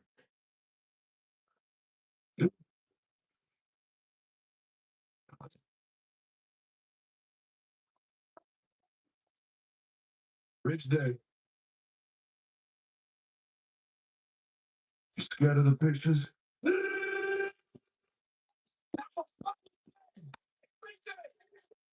the fuck you straight or you'll be living in hell. Send to the satellites. What we did to your bases. You're losing your mind and you're losing this war face. I feel like they could probably pay young Gambino, childish Gambino. What's his name? Child-faced Gambino. I think they could probably pay child-faced Gambino to get on a track. How fucking crazy would that be if Ron started paying for people to get on tracks? We like a man. We're in the power plants and bridges. Great be to Allah. You sound unhinged, you bitch. You want us living in hell, but you're the one scared of the sky. Back in every satellite company to hide what we did to your guys. 130 your on 100 million ways to just to save one pawn. Now you're blocking the photos so the world doesn't see. Hey, Iran. Fuck up your military. Open the fucking strain or you'll be living in hell. Censor the satellite. You're losing your mind and you're losing this war face. Sacred defense. Still standing. Censoring the sky. so crazy, man. And did you hear about Donald Trump wanting to hold off on the companies that basically own America releasing any satellite images because he doesn't want to acknowledge the fact that I forget how many billions we spent on trying to rescue one dude, but we lost like 11 plant. What was the imagery? I forget. Um, there was a great image of how many fucking planes that we lost trying to rescue one dude. I mean, this is just a massacre of all sorts, you know? I don't think I have it. But it's just so crazy. But they're, you know, he's not going to tell you about this stuff. And in fact, to the extent they're trying to cover things up, is they're like, don't release satellite imagery. You know, when you've won a war, when you're proud of what you do, you usually say, hey, hide that shit. Just like the Epstein files. You know what I mean? By the way, this is what I'm talking about. Um, with the Americans who feel like, you know, well, it's not really. We got an extra case of padding. We've got extra TP in the garage. We've got water for 2 days. You know, like these people, you need to understand like this was legal and this was criminalized. This was legal, this was criminalized. This was legal, this was criminalized. Legality isn't a guide to morality. People truly need to understand that because I'm sick of hearing this shit about 25th, even from other YouTubers who say it. It's like, who's going to do that? The people invested in all of this? You think what? We're this far in and people are now like, I'm just getting, wow, what happened? What happened? No, no, no. Yeah, yeah, we should 25th him. It's never happened. It's never going to happen. And because of the people in America are so fucking soft and complacent, we're just going to have to endure. And you can only pray to God that there's some kind of shakeup that people are like, oh wow, wow. Instead of watching you know, the game and drinking a beer, I should care about my fellow American. Like we're just so lost, man. As a fucking people, as a culture. We've been bred to fucking be disingenuous with each other. And I'm not gonna do it anymore. You know, it fucking sickens me. Oh, look at this one. Another Iranian fucking trolling that absolutely fucking put them on the altar. The regime change happened successfully because Pete Hegseth fired all them dudes. Yo, yo. It's so funny. By the way, um, for the dude who wanted me to talk about corporations, here's one. Here's Oracle. You know them because Larry and his son Fart Ellison are buddy with Trump, and they purchased, you know, CBS and put Barry Weiss in, and they laying a bunch of people off, and they shut down the CBS Radio News Hour, which has been going for like 12 billion years. And now they're trying to purchase, you know, just the rest of what you see here and watch. And this is the new dude that is streamlining how to make everything easier for Larry and his son Fart. Well, they're billionaires. They're billionaires. You know, they don't need to do this. This is a power play. And this is this fucking nerd working for a corporation. He's against the people. Be very clear. You don't write shit like this on LinkedIn if you care about people. This week was my first week leading HR at Oracle. Super excited that I already made an impact. Streamlined the entire offboarding. What he's saying is like, I made it simple for them to fucking lay off a bunch of people without all the unnecessary conversations. Managers don't even have to be involved anymore. Fired 10,000 people before breakfast. This is what operational excellence looks like. Even Business Insider wrote about it. Again, they're all poisonous to your health. These companies don't give a shit if you live or die. You understand? This guy was like, before I had my avocado toast and a banana enema, I fired 10,000 people. Didn't even have to ask a manager for help. I streamlined it. It happened via email. And my daddy king, Larry Ellison, is very super proud of me. That's why I make 100,000 a year. You know, it's like, what's the price of your soul, dude? You know, those are Americans you're firing. What's the price of your soul? That's what we should start asking these people. Business Insider, instead of writing an article how he streamlined the fucking layoff process in a country where there's never been more layoffs in a fucking single year, where we're absolutely decimating our economy, and while this guy's getting ready for his banana enema and fucking to get his fingernails painted, he's writing on LinkedIn, ooh, streamline laying off all these people. If any other super king gods, billionaires want to hire me to help them. Seriously, here's the antidote. What's the antidote to fucking cogs like you? You know? What is the antidote? I don't know. Mario and Luigi? What do you just play some Super Nintendo? What is the antidote to people like this?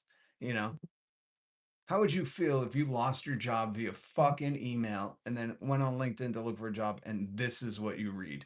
You know? Would you be excited? Would you be excited to be like, oh, you know what? It's really good to hear that that billionaire's company who owns almost all the media in America, you streamlined the process. I'm sure that saved them some dollars.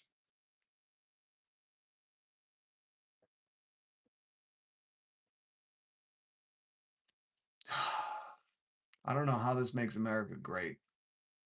Remember when he's promising all the jobs would come back here? Turns out that was a lie too. Turns out a lot of lies. A lot of lies.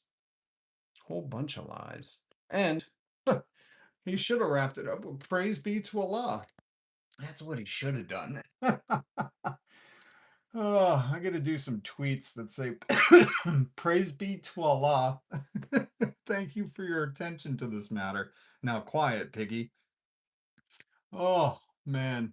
I can't believe fucking we let MAGA vote. We should really revoke their fucking human card.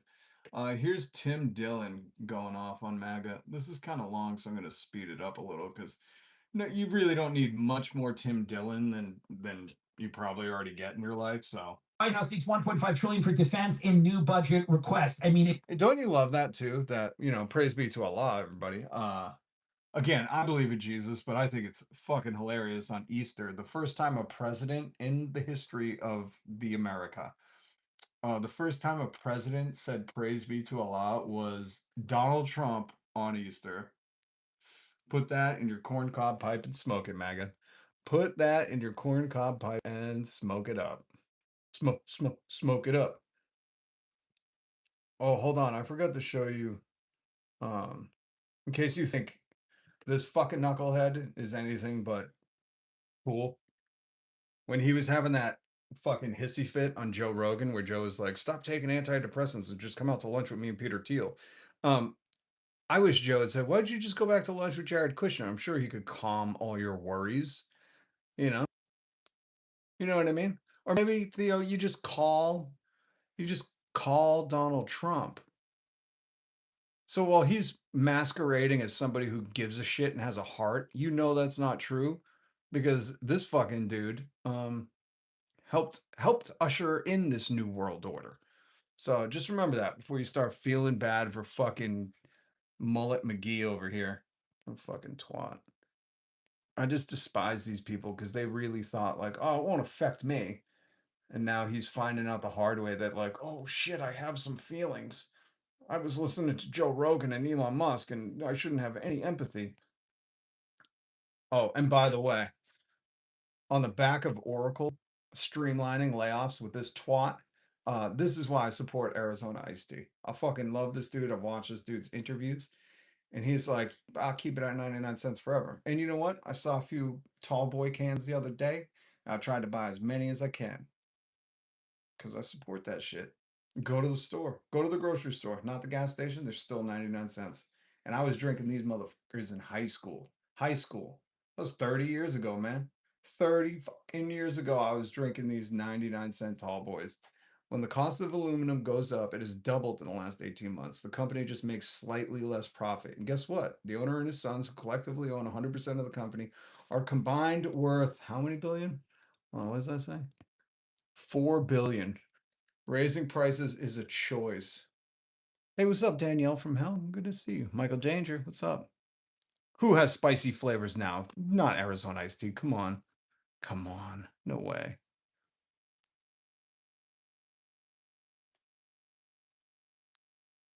The thing is, hold on, who said that? Chris, the thing is, Um, the thing is, when you say, I don't think people wanted Trump, but they didn't want Kamala, is that's every fucking election. And there's actually another thing that Donald Trump was promising populism shit. Like he was promising America First, obviously, is a grift from a guy who, hold on, let me put up a better picture here. I think this is Donald Trump. Isn't that him? I can't tell. I can't tell. They're all bimbo maxing. Here. I know that's him. He's bimbo maxing right there too. That's why they love the bleach blonde hair. They're all bimbo maxing. But the thing is like they believe that this guy who wants nothing to do with fucking, like healthcare. He had concepts of a plan, feeding people, housing the homeless. I mean, he doesn't give a shit about any of that. They somehow just negated his whole history of fucking being like, I'm the wealthiest wealthy boy. My daddy gave me all the money and I'm the wealthiest of them. And like no one with that MO ever in their life is like, and I'm for the people. That's why I have a gold toilet. Like it's just not, those things don't align, you know? When he's like, I'm the richest rich man. My friends are rich and I'm the richest. Like that was his fucking thing, you know? He was like, I have the tallest skyscraper. Right after 9/11, he was like, turns out my tower's the tallest now. Like, he was bragging about having the tallest skyscraper, which was a lie. But those people that are like super fucking obsessed with those egomaniacal, fucking shallow, fucking and pedantic things, uh, they don't turn around and like give a fuck if people are hungry.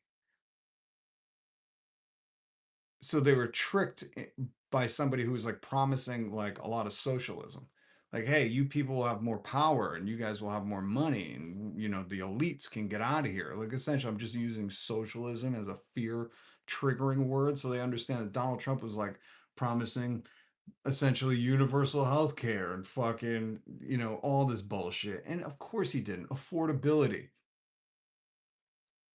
A guy who didn't know what the word grocery store was thought he invented it, and he said this during the campaign, and they were like, that's the affordability guy, the guy who's never been grocery shopping before. But the other part, Chris, that you're talking about is that they were again voting for the evil of two lessers. Is every election. This is why I'm like, what are we gonna fucking do? I've been alive through a lot of elections, and guess what, guys? It's gotten shittier and shittier. Like, guess what? Here's my word as an older person, all the elections have brought in more shit. So much shit that now we have a stacked tall pile of shit that lies about his own height. It's not fixing it. You know what I mean? And he's just making the solid point that all of your laws and rules and constitutions and fucking whatever you think you believe in is make believe. It's only about who has the power to do it. And until people start to wake up and understand there's more of us, and if we could just get out of our little bubble and say, fuck work, we got to go fucking take the power back. No, never in the history of America has the government just conceded power. Never in the history of America.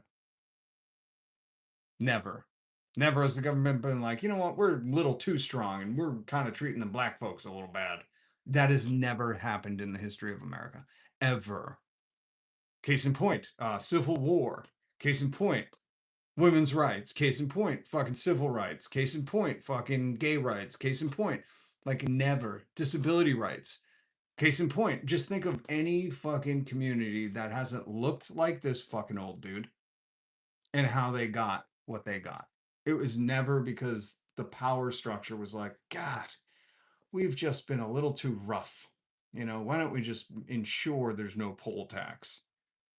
No, they're playing the fucking hits, man. They're like, oh, these people are fucking subservient, and the ones that aren't are working too hard and aren't healthy.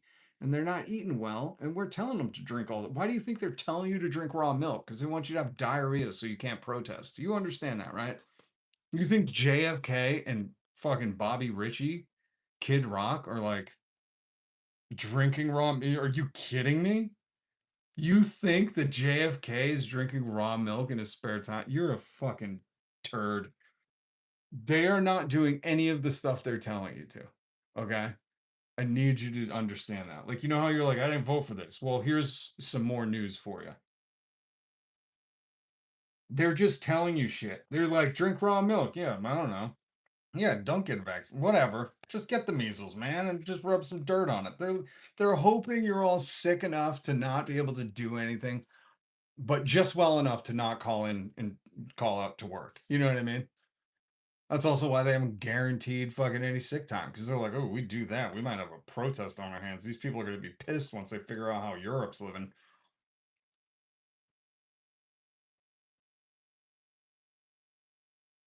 Theo Von was hanging out with Ivanka and Jared. I still wish somebody would just say, Theo, if you're really stressed out, man, just you should go back and have some white wine spritzers, some Zimas with Ivanka and Jared. You know, I'm sure they'll calm you down. They'll be like, bro, come to the bonfire tonight. We're gonna do some cool sacrifice. By the way, look at this. I mean, listen, I support the gay community, but if this isn't the gayest photo, like two grown non-gay men that are supposed to be very serious boys, don't take pictures like this. I'm sorry. These aren't like old friends, you know. This is Benny Johnson probably not knowing someone's taking a photo, and he's like, "Come here, just let me smell your neck." These fucking people, man. Fucking people, man. And these are the people that, you know, you're allowing to do this shit. These are the people, the anti-trans, anti-drag Republican Party, who have all. These are only the photos we know about. These are only the photos we know about, folks. What do you think? Fucking, there's no more. You think it ends here? Really? Good God. Oh. By the way, if you want to know what the housing market's like, this house in Boston had a fire 2 years ago and just went on the market for $776,000. This house, almost $1 million. So yeah, everything we've made the country great again, guys. It's great again. Everything's great again. Awesome. Awesome. I'm sorry everything's just great. We can just afford shit. And that's the like funniest part that I want people to understand. Um these fucking grifters, like this dude. This I eat a banana with a spoon. If you don't know who this is Gunther Eagleman. He has to be some fucking hardo online. This guy. If gas hits 10-12 a gallon, I still won't buy an electric car a year later. 2 years later. My new Model S Plaid is home. Thank you, Tesla and Elon Musk, for making a badass car. The acceleration is wild. Like, they're just, you don't, and this is the Donald Trump cult. This is what they do, folks. Joe Biden is not my president. This is why I make fun of them, because remember when in 2022 the whole cool thing to say was he's not my president. So I was like, Donald Trump's not my president, because that was like the rally cry. And then Gunther, who eats a banana with a spoon, mind you. This is Gunther, deep throating bananas. Some of y'all on X are soft. Trump won. He's your president. Like, these are fucking hypocrite grifters. And they're the fucking small, fucking loud minority. By the way, I love Seattle. This is in Seattle. Attention, heartless bastards. Join ICE. Lose the respect of everyone you love.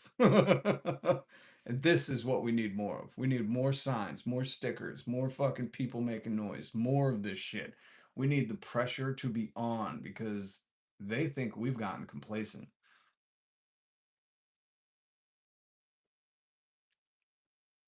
Here, let's just put up some more hypocritical stuff.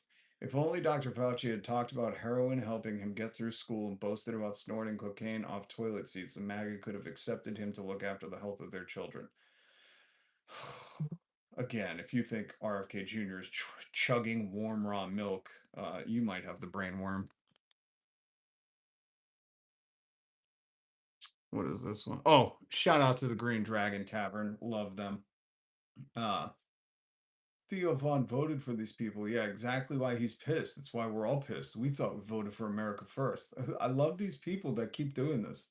Like, stop, man. You're showing off how stupid you are. Nobody brags about how stupid they are. No, You voted for a dude who you thought was going to be the most racist piece of shit ever. And then when you found out he was a puppet for even more racist pieces of shit, you started to back away. Green Dragon, you failed an open book test in which we repeatedly warned you to study for. You voted for someone that you knew was a felon. You knew he was corrupt. You knew he was a PDF. You knew he was a fraudster. You knew all of this. But because he was a man, and I like this is where me and Green Dragon, he race baited them. You know, he race baited. You don't see too many black people fucking out here being like, "Oh man, he got me. He got me. Ooh, he tricked me." You know, it's like a telltale sign when like all the podcasters and fuck Fresh and Fit, fuck those clowns. But like when all the rich, wealthy white podcasters are white and they're like, "Ooh, he tricked me." It's like, did he? Did he? Or is this just a little too racist for you? You were okay with the separate drinking fountains, but as soon as they poured chlorine in the pool, you started to back away. Like, give me a fucking break. You don't get to do that. Okay, Tim Dillon, who's another one of these shit bags. I hope they all fucking just go broke and have to dry hump each other for money on OnlyFans. Again, they want to convert the Oh, country. that's what he was saying. He asked for 1.5 trillion in defense. How does that make you feel, MAGA? Hold on. Hold on, MAGA. Is that America first? How does that make you feel, MAGA? You know, what did you want again? You wanted lower gas prices, less government, lower grocery prices. Well, I know that money is not going to help your life become affordable, but it certainly will beef up his military buddies and all their drone manufacturing companies. White House seeks 1.5 trillion for defense in new budget request. I mean, again, they want to convert the country into a war economy. This is what this whole thing was about. It was about winning so that they could hand all these government contracts to Palantir and all of these other companies, and they could go and top. I love how Tim Dillon's saying this with 2020 fucking hindsight, you know. I love how all these people are like, "Oh man, they got us again." Like you do you not know where you live, man? America's like home of the fucking military industrial complex. While we don't give people health care, make sure they have to work to get it, don't guarantee them sick time off. Like it's a perversion of anything you would call humanity. And I love how he's like, this is what they're doing. It's like, Tim, you got like you're a funny dude, so you got to have some kind of intellect. God damn, you sound stupid. Regimes all over the world and take their resources. And by the way, it's the last gasp of the American empire. This is it. This is the tipping point. We're being exposed a little bit in Iran.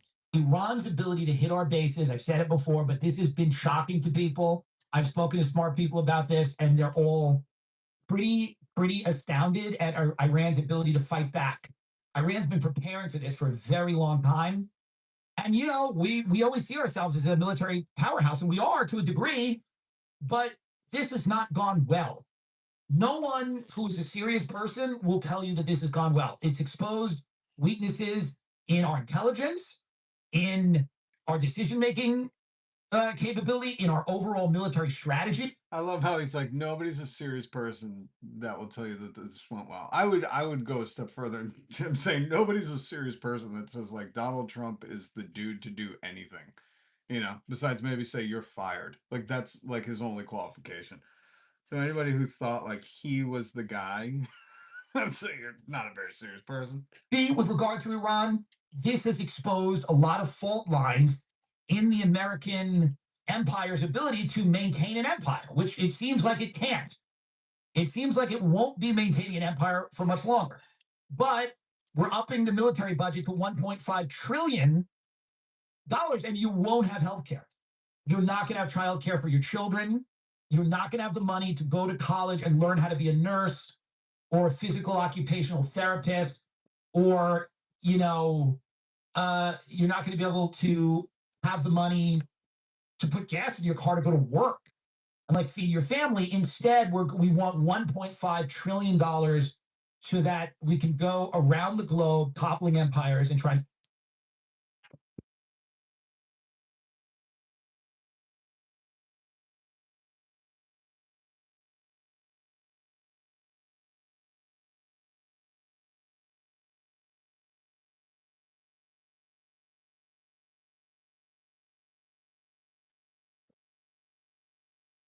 Tomorrow is going to be insane.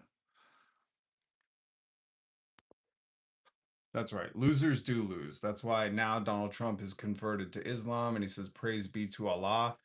Jesus, as you heard the Pope, we covered it here. The Pope said Jesus is rejecting all of your prayers. So now Donald Trump has turned tail and, like the rat he is, abandoned the Christian faith, even though he was never part of it anyways, 2 Corinthians. So now Donald Trump is trying to pray to Allah. He's trying to pray to Allah in hopes that Donald Trump will get a quick surrender, that he could somehow finagle JD Vance to take onus of the surrender of American might in the Iranian war. I think this is I fucking love this dude, but he's Canadian. This is the only dude that I'm respected how he's talking besides Ted Lieu right now. Flash to fight the Epstein war. I'm attacking Donald Trump. You're not talking about I'm attacking Jeff Bezos. I'm attacking Mark Zuckerberg. I'm attacking Jeffrey Epstein. I'm attacking Sam Altman. I'm attacking all of these folks who have articulated progressive views and yet bow down in the face of extraordinarily damaging politics today.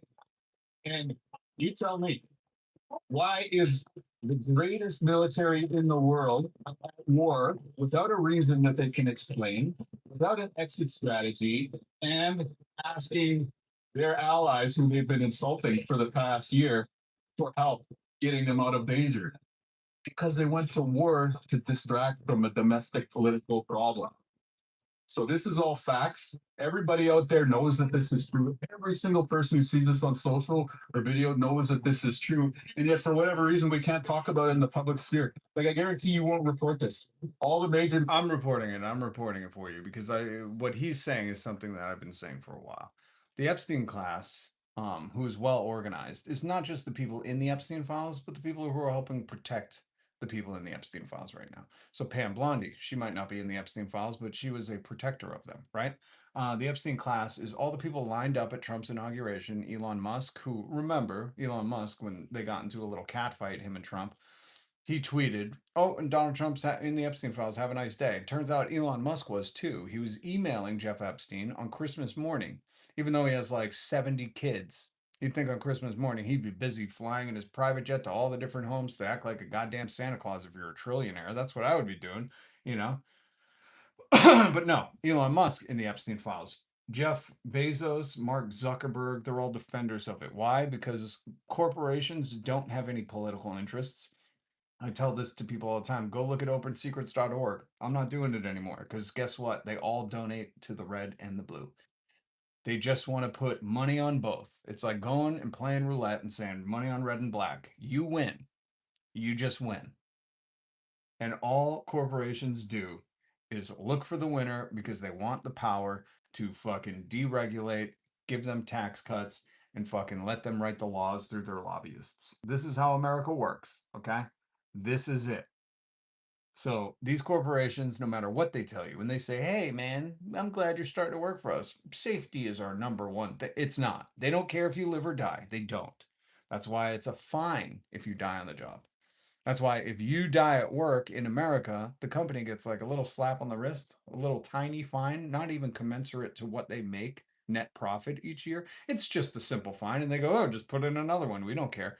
So when you're hearing those intro fucking videos of how they care about your safety, make sure you're safe. They don't give a shit. They know exactly how much you fucking cost.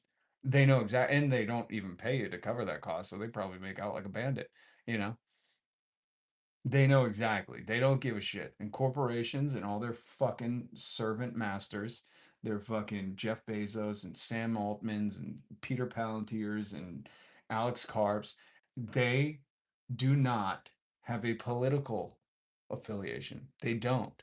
They want to know who's in power and how much leverage they can get with those in power. So they can poison your water, poison your air, fucking deregulate so you don't get to have time off or paid time off or sick time off and that you have to work there if you want healthcare. This is all well orchestrated. This is the machinery at work, folks. I'm back. What's up, Edward? Good to see you. They dong give a fuck about the files. I like how you said that. All truth. They dong. They dong it. They do dong. So when he's talking about calling out, he says, I'm attacking Bezos, Sam Altman, Elon Musk, Donald Trump, Jeff Epstein.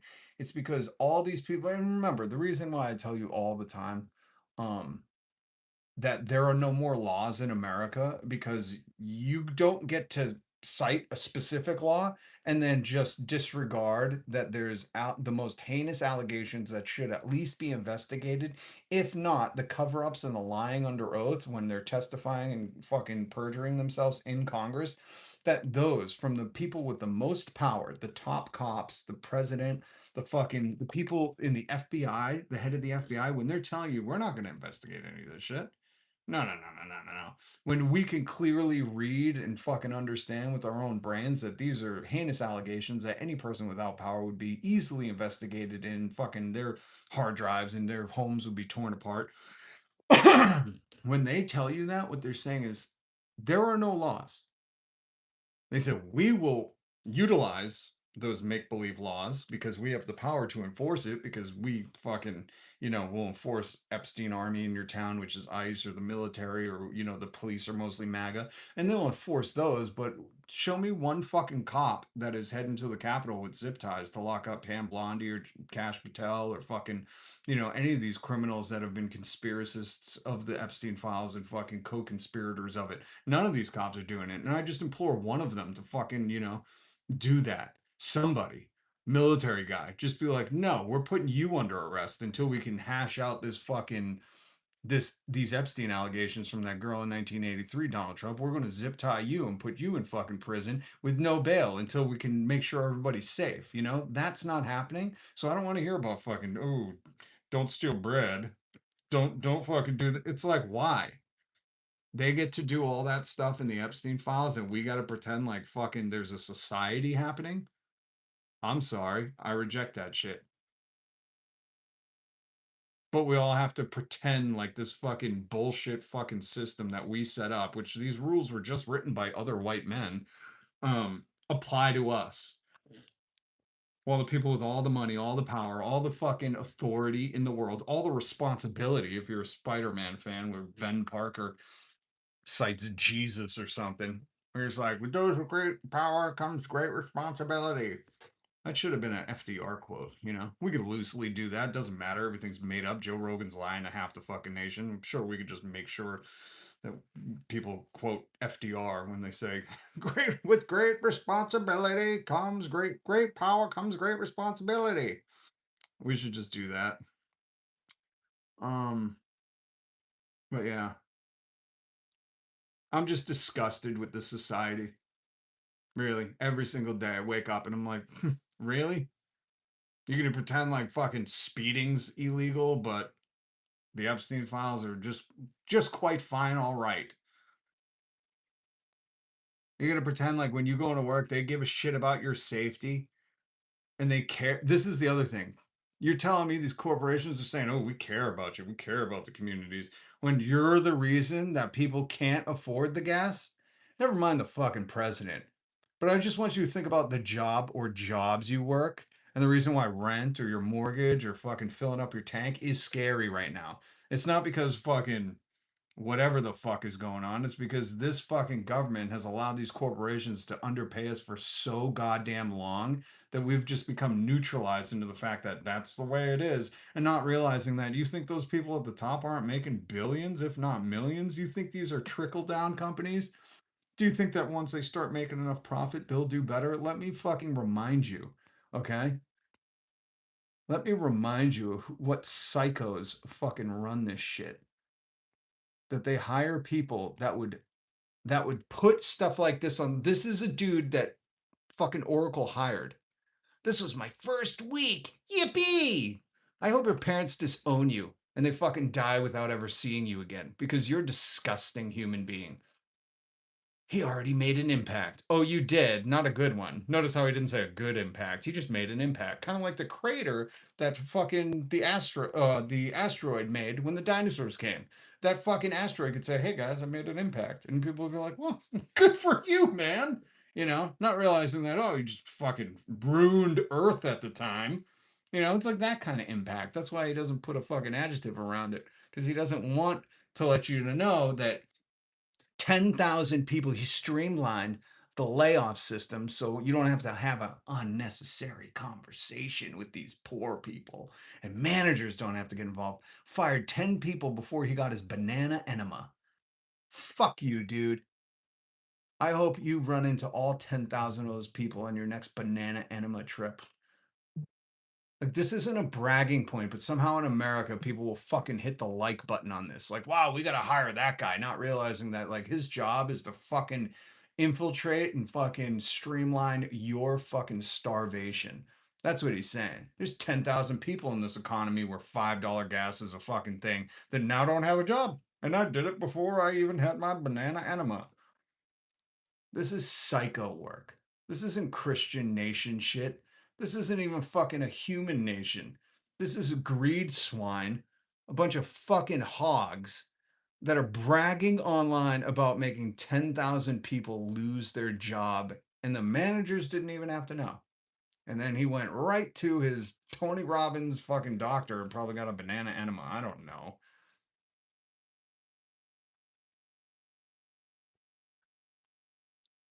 I love the people that are like, you know what's great about my job? Nothing. If you think fucking jobs are great, the rich wouldn't fucking leave anybody for anybody else. Give me a fucking break, dude. Jesus. I love the people that are, you know what's great about my job? Yeah, just wait until they find out you're just watching videos all day, and then this guy comes in to streamline your offboarding process. Give me a fucking break, man. Jobs aren't great, you fucking dolts. Do I need to repeat myself? Nobody likes a fucking job. No little kids like, I can't wait to grow up. I just want to work at fucking every place I can and then deliver food to people. What? People in America didn't even want to drive to get their own fucking food. Not to mention they can't because they're just working now, but if you think the fucking hold on. You're telling me the country that was like, I don't want to go grocery shopping, have it delivered so I can sit here at my job at home. You think those lazy motherfuckers like working? Give me a fucking break. The paradox of Americans are like, ooh, I'm a flashy billion. I only respect flashy billionaires who spend their life as Instagram influencers. And then they're like, my job is awesome. No, it's not. And it's okay to say, this is what I got to normalize to people. Working sucks. No art, history, and music fucking was made about like, oh, the job was so great.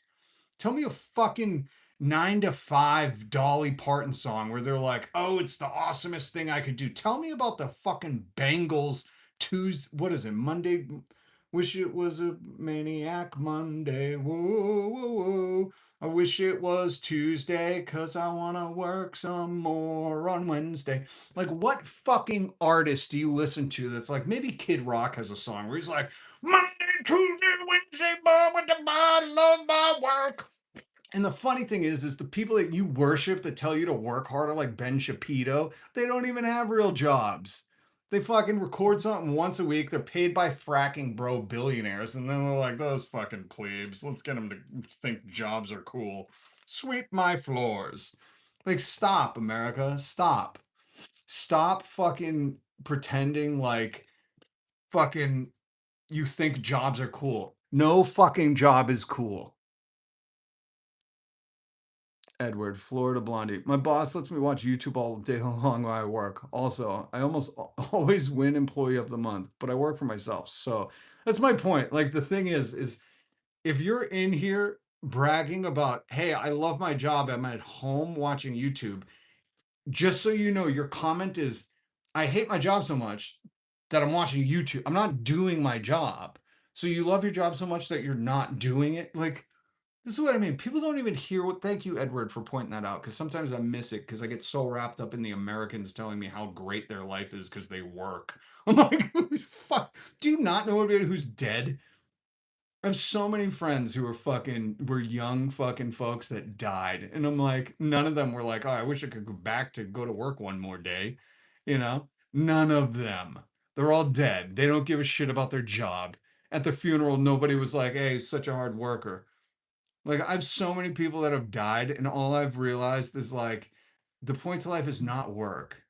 Your purpose is not fucking getting the TPS reports in on Monday. Like, it's so funny to me that I will literally have people in my comments being like, you should try being your own boss. It's awesome. I'm not even working right now. I'm on YouTube. I'm like, oh, so you get my point. You get my point that work sucks so much that you have to work from home so you could just fucking watch YouTube videos because you don't even like working. This is what I mean. Americans are so stupid they don't hear it, but they think it's the brave thing to say. Like, that's the problem with America. They're like, the brave thing to say is like, you should love a job and get all of them. It's like, if jobs are so great, you think fucking Jeff Bezos would have rented Venice for a fucking year to marry his second whore? No. If work was awesome, Jeff Bezos would be shitting in bottles delivering your fucking makeup. You know what I mean? Like, if jobs were so great, Jeff Bezos would be fucking panting on fucking methamphetamines. It'd just be bottles of piss spilling out the van. He'd swerve up people like, I gotta beat my next record. Like, work sucks. That's why Jeff Bezos doesn't do it. You know what I mean? It's like Donald Trump. Like, he didn't even do any jobs. And then he was like, just put me on TV. That's all I can do is talk to people. It's like, none of these fucking people you worship work. Because if they did, you wouldn't see them ever. You wouldn't ever see them. Stop, America. Stop worshiping the fucking job. Capitalists want you to do that, and you're not a capitalist. I know you think you are, but you have no capital. And for you, they're like, I'm my own boss, and I write off deductions for taxes. It's like, you're a fucking moron. That's what you are. That's all you are. You're fucking stupid. If you love work so much, why would you ever fucking have weekends off? Why would you take a vacation? Why wouldn't you just work all the time? You know what I mean? It's like, it doesn't make any sense. But I really think the American psyche is so broken, and this just lends to my point of like why America is not going to get any better, and that Donald Trump's literally going to do what he said, and he's going to send out voting ballots and only okay the people who voted for him, and then a few more MAGAs will break off and be like, hey, this is kind of weird. Only Trump voters get to vote. Hmm. It's because you're so fucking vapid and dumb to think that jobs are cool. It's like, what the who do you hang out with as an adult? Maybe it's that. You know, maybe it's like you're really lonely. So like jobs are the only time you can interact with people. You don't really get out of the house. And at 44, you know, it's like, who are you going to meet? You're not going to go bowling by yourself. You can't just show up to the skating rink. Jobs are your social activity. And this is how denigrated we are as a society that fucking people don't even understand how to communicate with each other. They're fucking frightened to death if somebody won't like them because of what job they have. Where it's like, we just need to redefine that fucking your humanity is not defined by what you fucking picked as a career. We need to stop asking kids what they want to be when they're younger. And when they do say some shit like a turtle, you're like, fuck, dude, be a turtle. That's awesome. In the land of the free, you should be a turtle because that's what free means. You're free to be a fucking turtle. You getting me? My crappy takes. Why don't you fucking with your no avatar go? Why don't you with your hold on? Where is he? Too many with your no avatar. Why don't you go to your own channel and spit out how great your job is? Hey, what's up, Cage?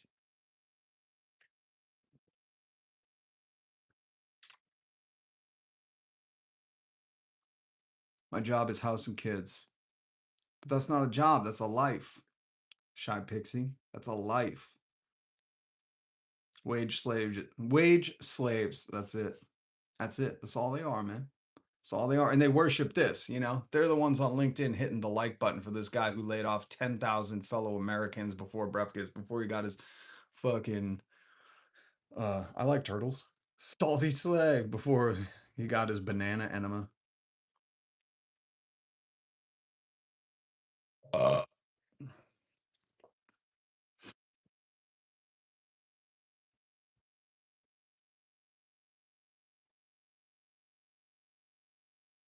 Viva la revolution. Primal screams. Good to see you. Good to see everybody. Sorry. It's been a long day, man. You're getting a different kind of live stream today. There's no joy to be had right now. And I love the mindset matters people. Like, oh, that's the problem. It's your mindset. No, you know what your fucking problem is? You can't look around.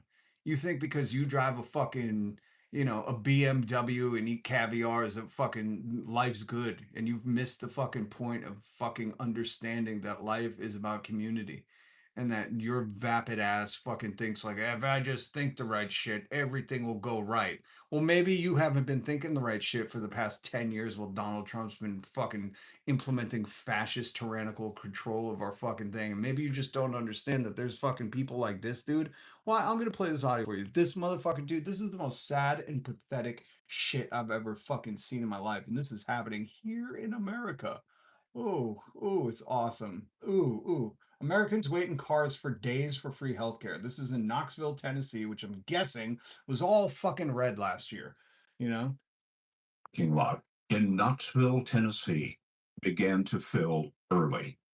In a frigid February, many drove hundreds of miles in desperation.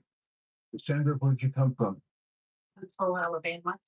And how long have you? Huntsville, Alabama, another totally red fucking state. I don't even need to look it up. I just know Huntsville, Alabama is 100% red. These are the people that fucking will never vote for anything because socialism woke, and it's like, dude, I want this guy who probably votes against women and minorities' rights every chance he can get up and down the ballot. You say a racial slur and this guy's fucking got your back and he's next. And the sad thing is like, even as despicable as these fucking crusty old people are, I want them to have health care. I don't want them to have to drive and wait for days for access to healthcare. That's fourth world fucking cruelty. You've been in the parking lot here Since 4:30 Wednesday night. Wednesday night. Yeah. So Wednesday night, Thursday night, and this is Friday morning. 2 nights. These fucking pathetic morons will vote against their own best interest and then spend 3 days waiting in line for free healthcare. Oh, I'm sorry. Isn't that communism? You're waiting in line for communism or whatever trigger word. Listen, I'm not going to use the right language. I'm just using the trigger words these people operate off of. I wish that's what this guy said. So you're waiting in line for socialist, communist, woke, fucking DEI healthcare? Like, say that shit. Make these people wake the fuck up.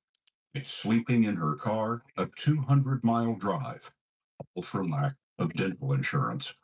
If you All to get her fucking teeth fixed in America. These are your fellow Americans. And the thing is like, as much as I despise these fucking probably MAGA voters or Republicans or even Democrats or liberals, I don't want them to have to fucking spend 3 nights in a car in February for a fucking dental appointment. didn't have RAM, how would you get your teeth taken care of? I wouldn't. If you didn't have remote area medical, what would you do? So,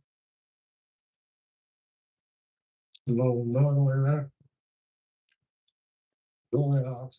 Life change.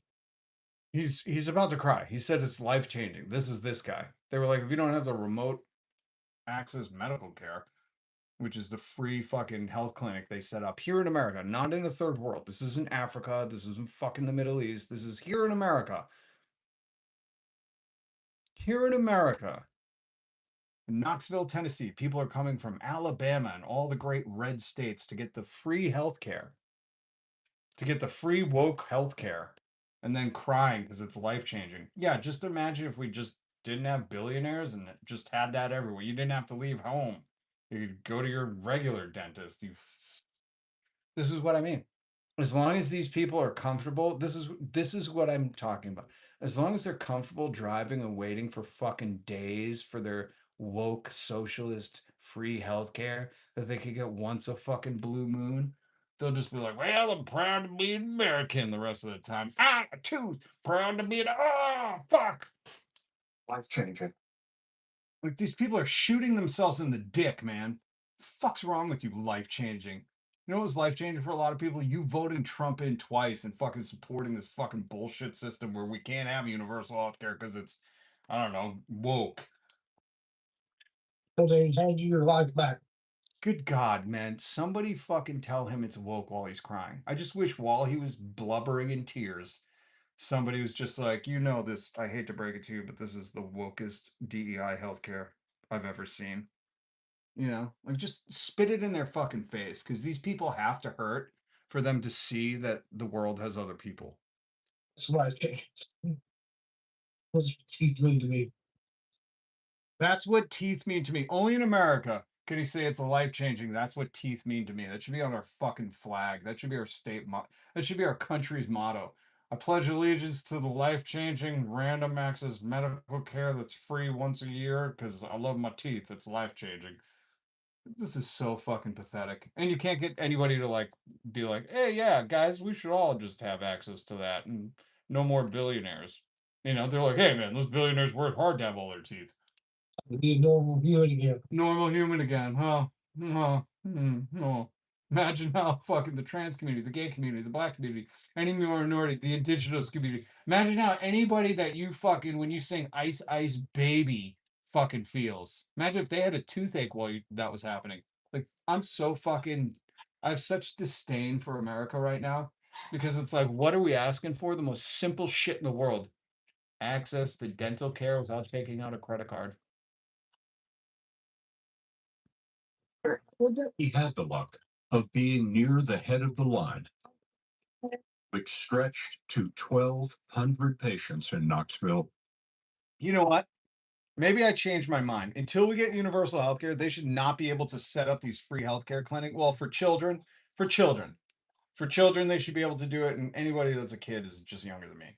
But I mean, these old white farts. He interviewed two old white people. I think they shouldn't, and they should fucking. If you want to go to the free healthcare in the South in those red states, it should be a big sign that says "Gay, Trans, Woke, DEI, Black, Indigenous, Latino healthcare," and you must pledge allegiance to the woke DEI flag if you want access to this. Like they should do some humiliating shit because these people don't fucking get it.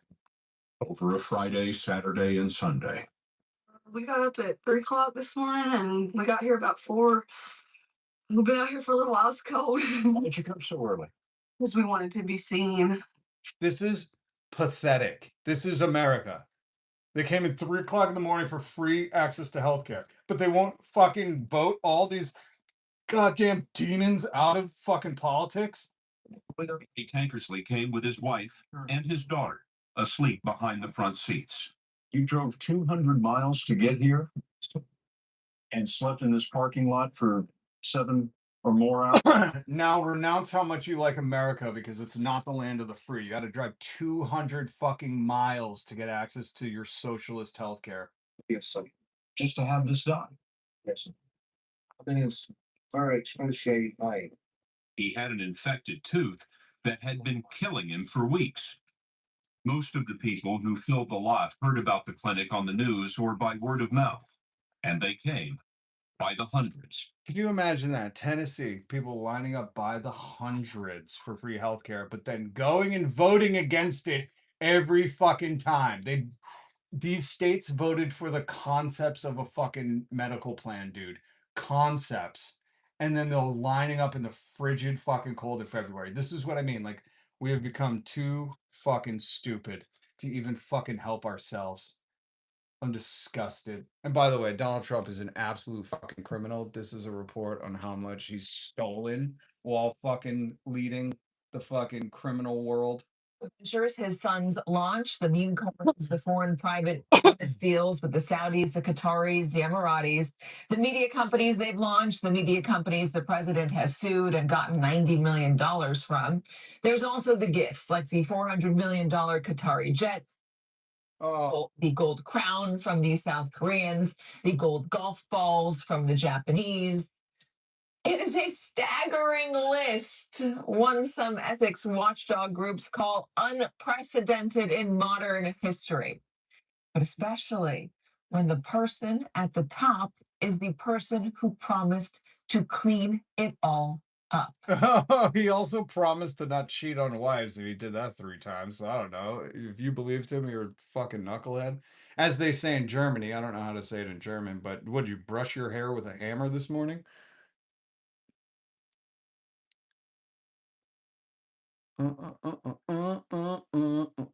And just a reminder Just a reminder, legality isn't a guide to morality.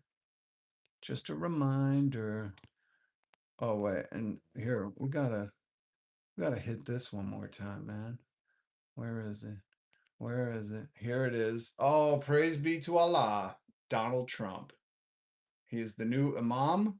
I think he's trying to convert to Islam so he can he wants to be a Muslim so he could join the Iran side because they are lighting him up. Because they are winning. We have lost this war. We lost this war as soon as he didn't rename the Strait of Hormuz the Donald Trump Oil Strait. You know what I mean? He puts his name on everything. So if he hasn't renamed the Strait of Hormuz, I'm pretty sure we lost the war the second they started it. And they're hiding how many lives have been lost, just so you know. You don't send a rescue mission and lose like 7 to 11 planes and have burned Black Hawk Downs and be like, hey, we got the guy. How many did you lose getting him? They're never going to tell you. Oh, that's right. They believe the guy now, but he tricked them on the no war. They're like, hey, man, you didn't say you're going to do the war, but I believe everything you're saying now. And if you do, but then when it comes to praise be to Allah, people are like, nah, I don't believe that part, but I do believe the top part. This is always the sign of you won the war. Open the fucking strait, you crazy bastards. I think maybe he's just talking to himself because if he just didn't do this or he just fucking surrendered, they don't the strait would be open. Nothing will ever be the same again. Just so everybody's very clear on that. But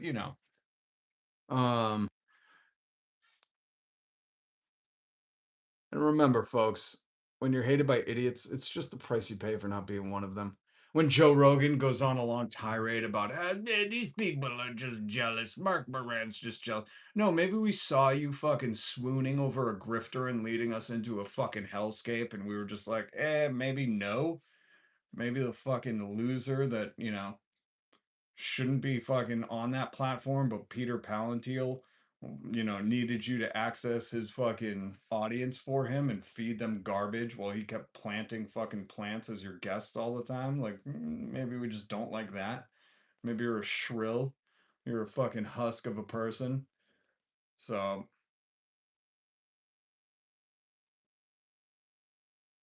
they should check the voter registration if you're a Republican and you voted for against this man, that you don't get the free healthcare.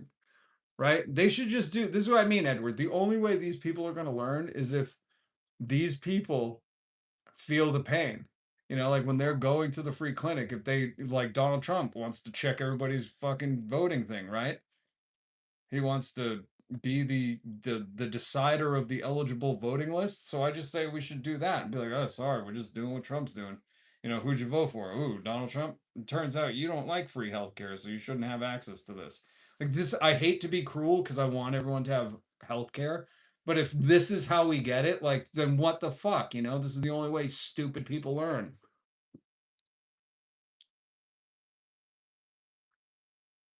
Um, Ended list, yeah. That's the funniest thing about Theo Vaughn being like, these elites aren't gonna fight in the wars. It's like, yeah, they never have. Theo, were you born last night, dude? Like, what the fuck is wrong with you, man?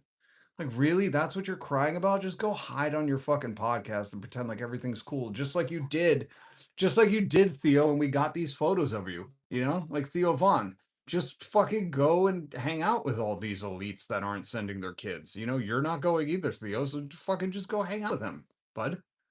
Just go have another sleepover. Where is this? Epstein Island? I don't know. Just go have another sleepover with him. Hold on. All right, the late, the great, the very, very handsome boy, Kurt Cobain, was found 32 years ago today. So I'm going to play some more Bunk Bed Coffin because he sounds eerily familiar to Kurt. I love you guys. Thank you for tolerating me. I'm in a bad mood because I fucking love our communities and I love the people here. And watching these people suffer willingly is fucking unacceptable. And all my heroes are dead, so it's just one of them days.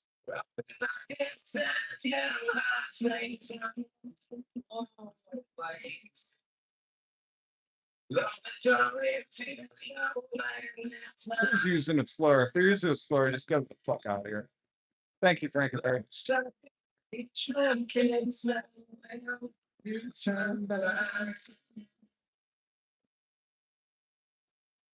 Hey, wait, I got a new complaint.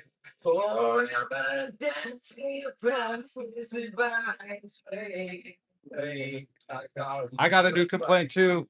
Caterpillar's End. Good to see you. Good to see you.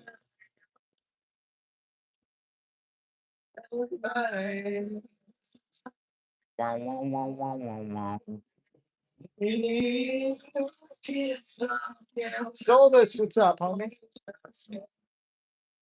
It's also crazy how many people see this stuff. That's a good point. Yeah, they call it fake or eye because they can't cope with it. Never mind that they can't tell the difference. Sometimes they just call it fake because they can't cope. They're small, pigeon-brained motherfuckers. So I could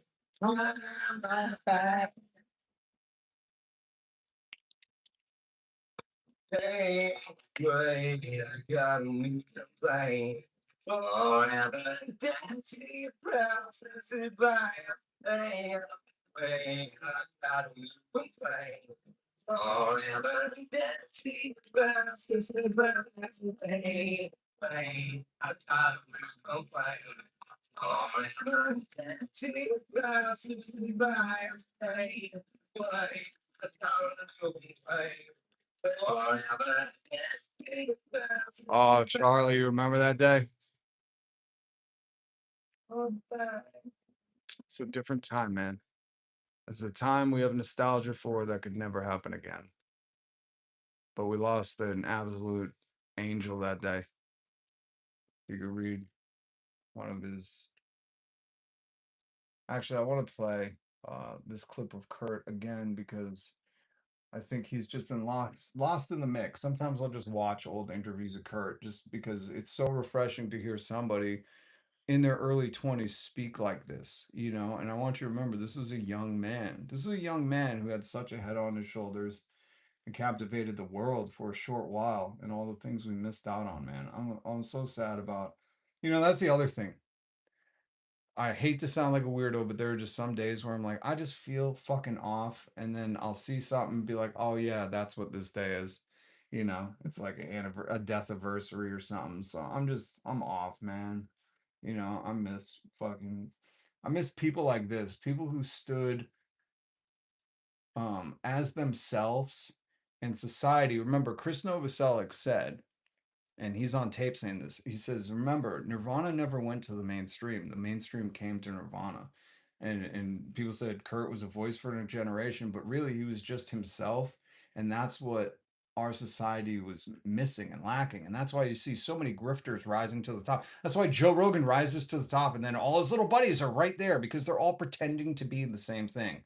What they think their audience wants, and the audience is gobbling it up with no gag reflex, just slurping it down, and then they all realize it's just been empty calories of fucking warm raw milk and it gets them nowhere. And then they're looking for the next thing. And all I'm trying to say to these people is just fucking be yourself, man. Unless you're one of these people in the Epstein files, then just be in prison. But really, it's like we're missing that authentic fucking genuine voice because it's been polluted with these fucking Joe Roganites, man. you know? But I guess at that age, like they can never be who they are. They can never just fucking be honest. And this was a man who is so much younger than all of us. Well, not at the time. At the time he was older, but he had wisdom beyond his years. This is Kurt Cobain. Rest easy, man. Wherever the fuck you want to be. That's the other thing about me believing in Jesus. I don't think you got to be in my heaven. Like whatever was great for you, man. If you were a monk and you're just riding the nirvana fucking path of energy, then God bless it. What is it to me? What is it to me? This is where America's so fucking egotistical. It's like, what is it to me if you want to be something else? Nothing, man. Listen to Kurt. People times who are blissfully happy, and a lot of those people are bothered with the complications of knowledge and everything else that life has to offer. I know a lot of people who are simpletons. They're very simple, but they can enjoy their lives and be totally happy and secure with, just watching sports on television and having a beer every once in a while. So, and I've always felt too complicated, so I kind of envy those people.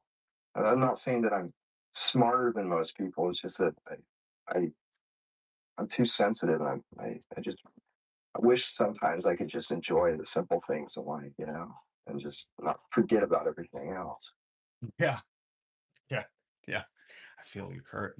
Wow. Today was the day 32 years ago. I read the book Heavier Than Heaven when I lived in Olympia. Ooh, book actually book has addresses, so I took Sunday and visited all the places in Olympia and out on the coast. I want to do that one of these days. It's awesome. That's got to be such a rad memory. I'm so old. LOL, still a few years younger than Kurt. Yeah, it sounds like such a rad trip. I want to do that one day, but in this economy, I think we all missed that. We all might have missed that. All right, guys. Thank you so much for the super chats. Thank you for the support. I appreciate you guys. Praise be to Allah, as the new president, new Muslim Donald Trump president says. Thank you for your attention to this matter, and remember, it's our duty to make these things. All these pieces of paper, as Tad Stormer said, go watch his video today. All these pieces of paper that Americans idolize mean nothing without people behind it to enforce that. So we all need to think about that these pieces of paper aren't machinery that are going to come and save us, just because this dementia-ridden patient starts fucking yappering about praise be to Allah and he's gonna, fucking commit war crimes. That's what's happening here. The president is like out in the open saying, I'm going to commit war crimes and praise be to Allah on Easter. Like, it doesn't invoke anything. You could see all the YouTubers and the people on Twitter and Facebook saying whatever on the talking heads on TV. It doesn't invoke shit, man. Not without people behind it. And the people behind him are not supporting any of us. Okay. Listen, they're telling you. So, I don't know. We need some red hats, praise 16 tones. We need some red hat, praise be to Allah. Oh, see, that's the funniest shit ever. That is so funny. It was amazing. I'd see Courtney downtown a couple of times, but didn't approach her. She was treated pretty much normal there. That is crazy.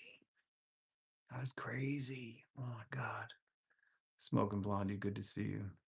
Oh, I gotta listen to your new music. Sorry, I haven't done it yet. Just life's been hectic. But I love you guys. Take care. And be careful. Be careful out there. Love each other. Build community. Organize, organize, organize. I'll see you guys tomorrow. Hit subscribe and notification bell. I'm so bad at that.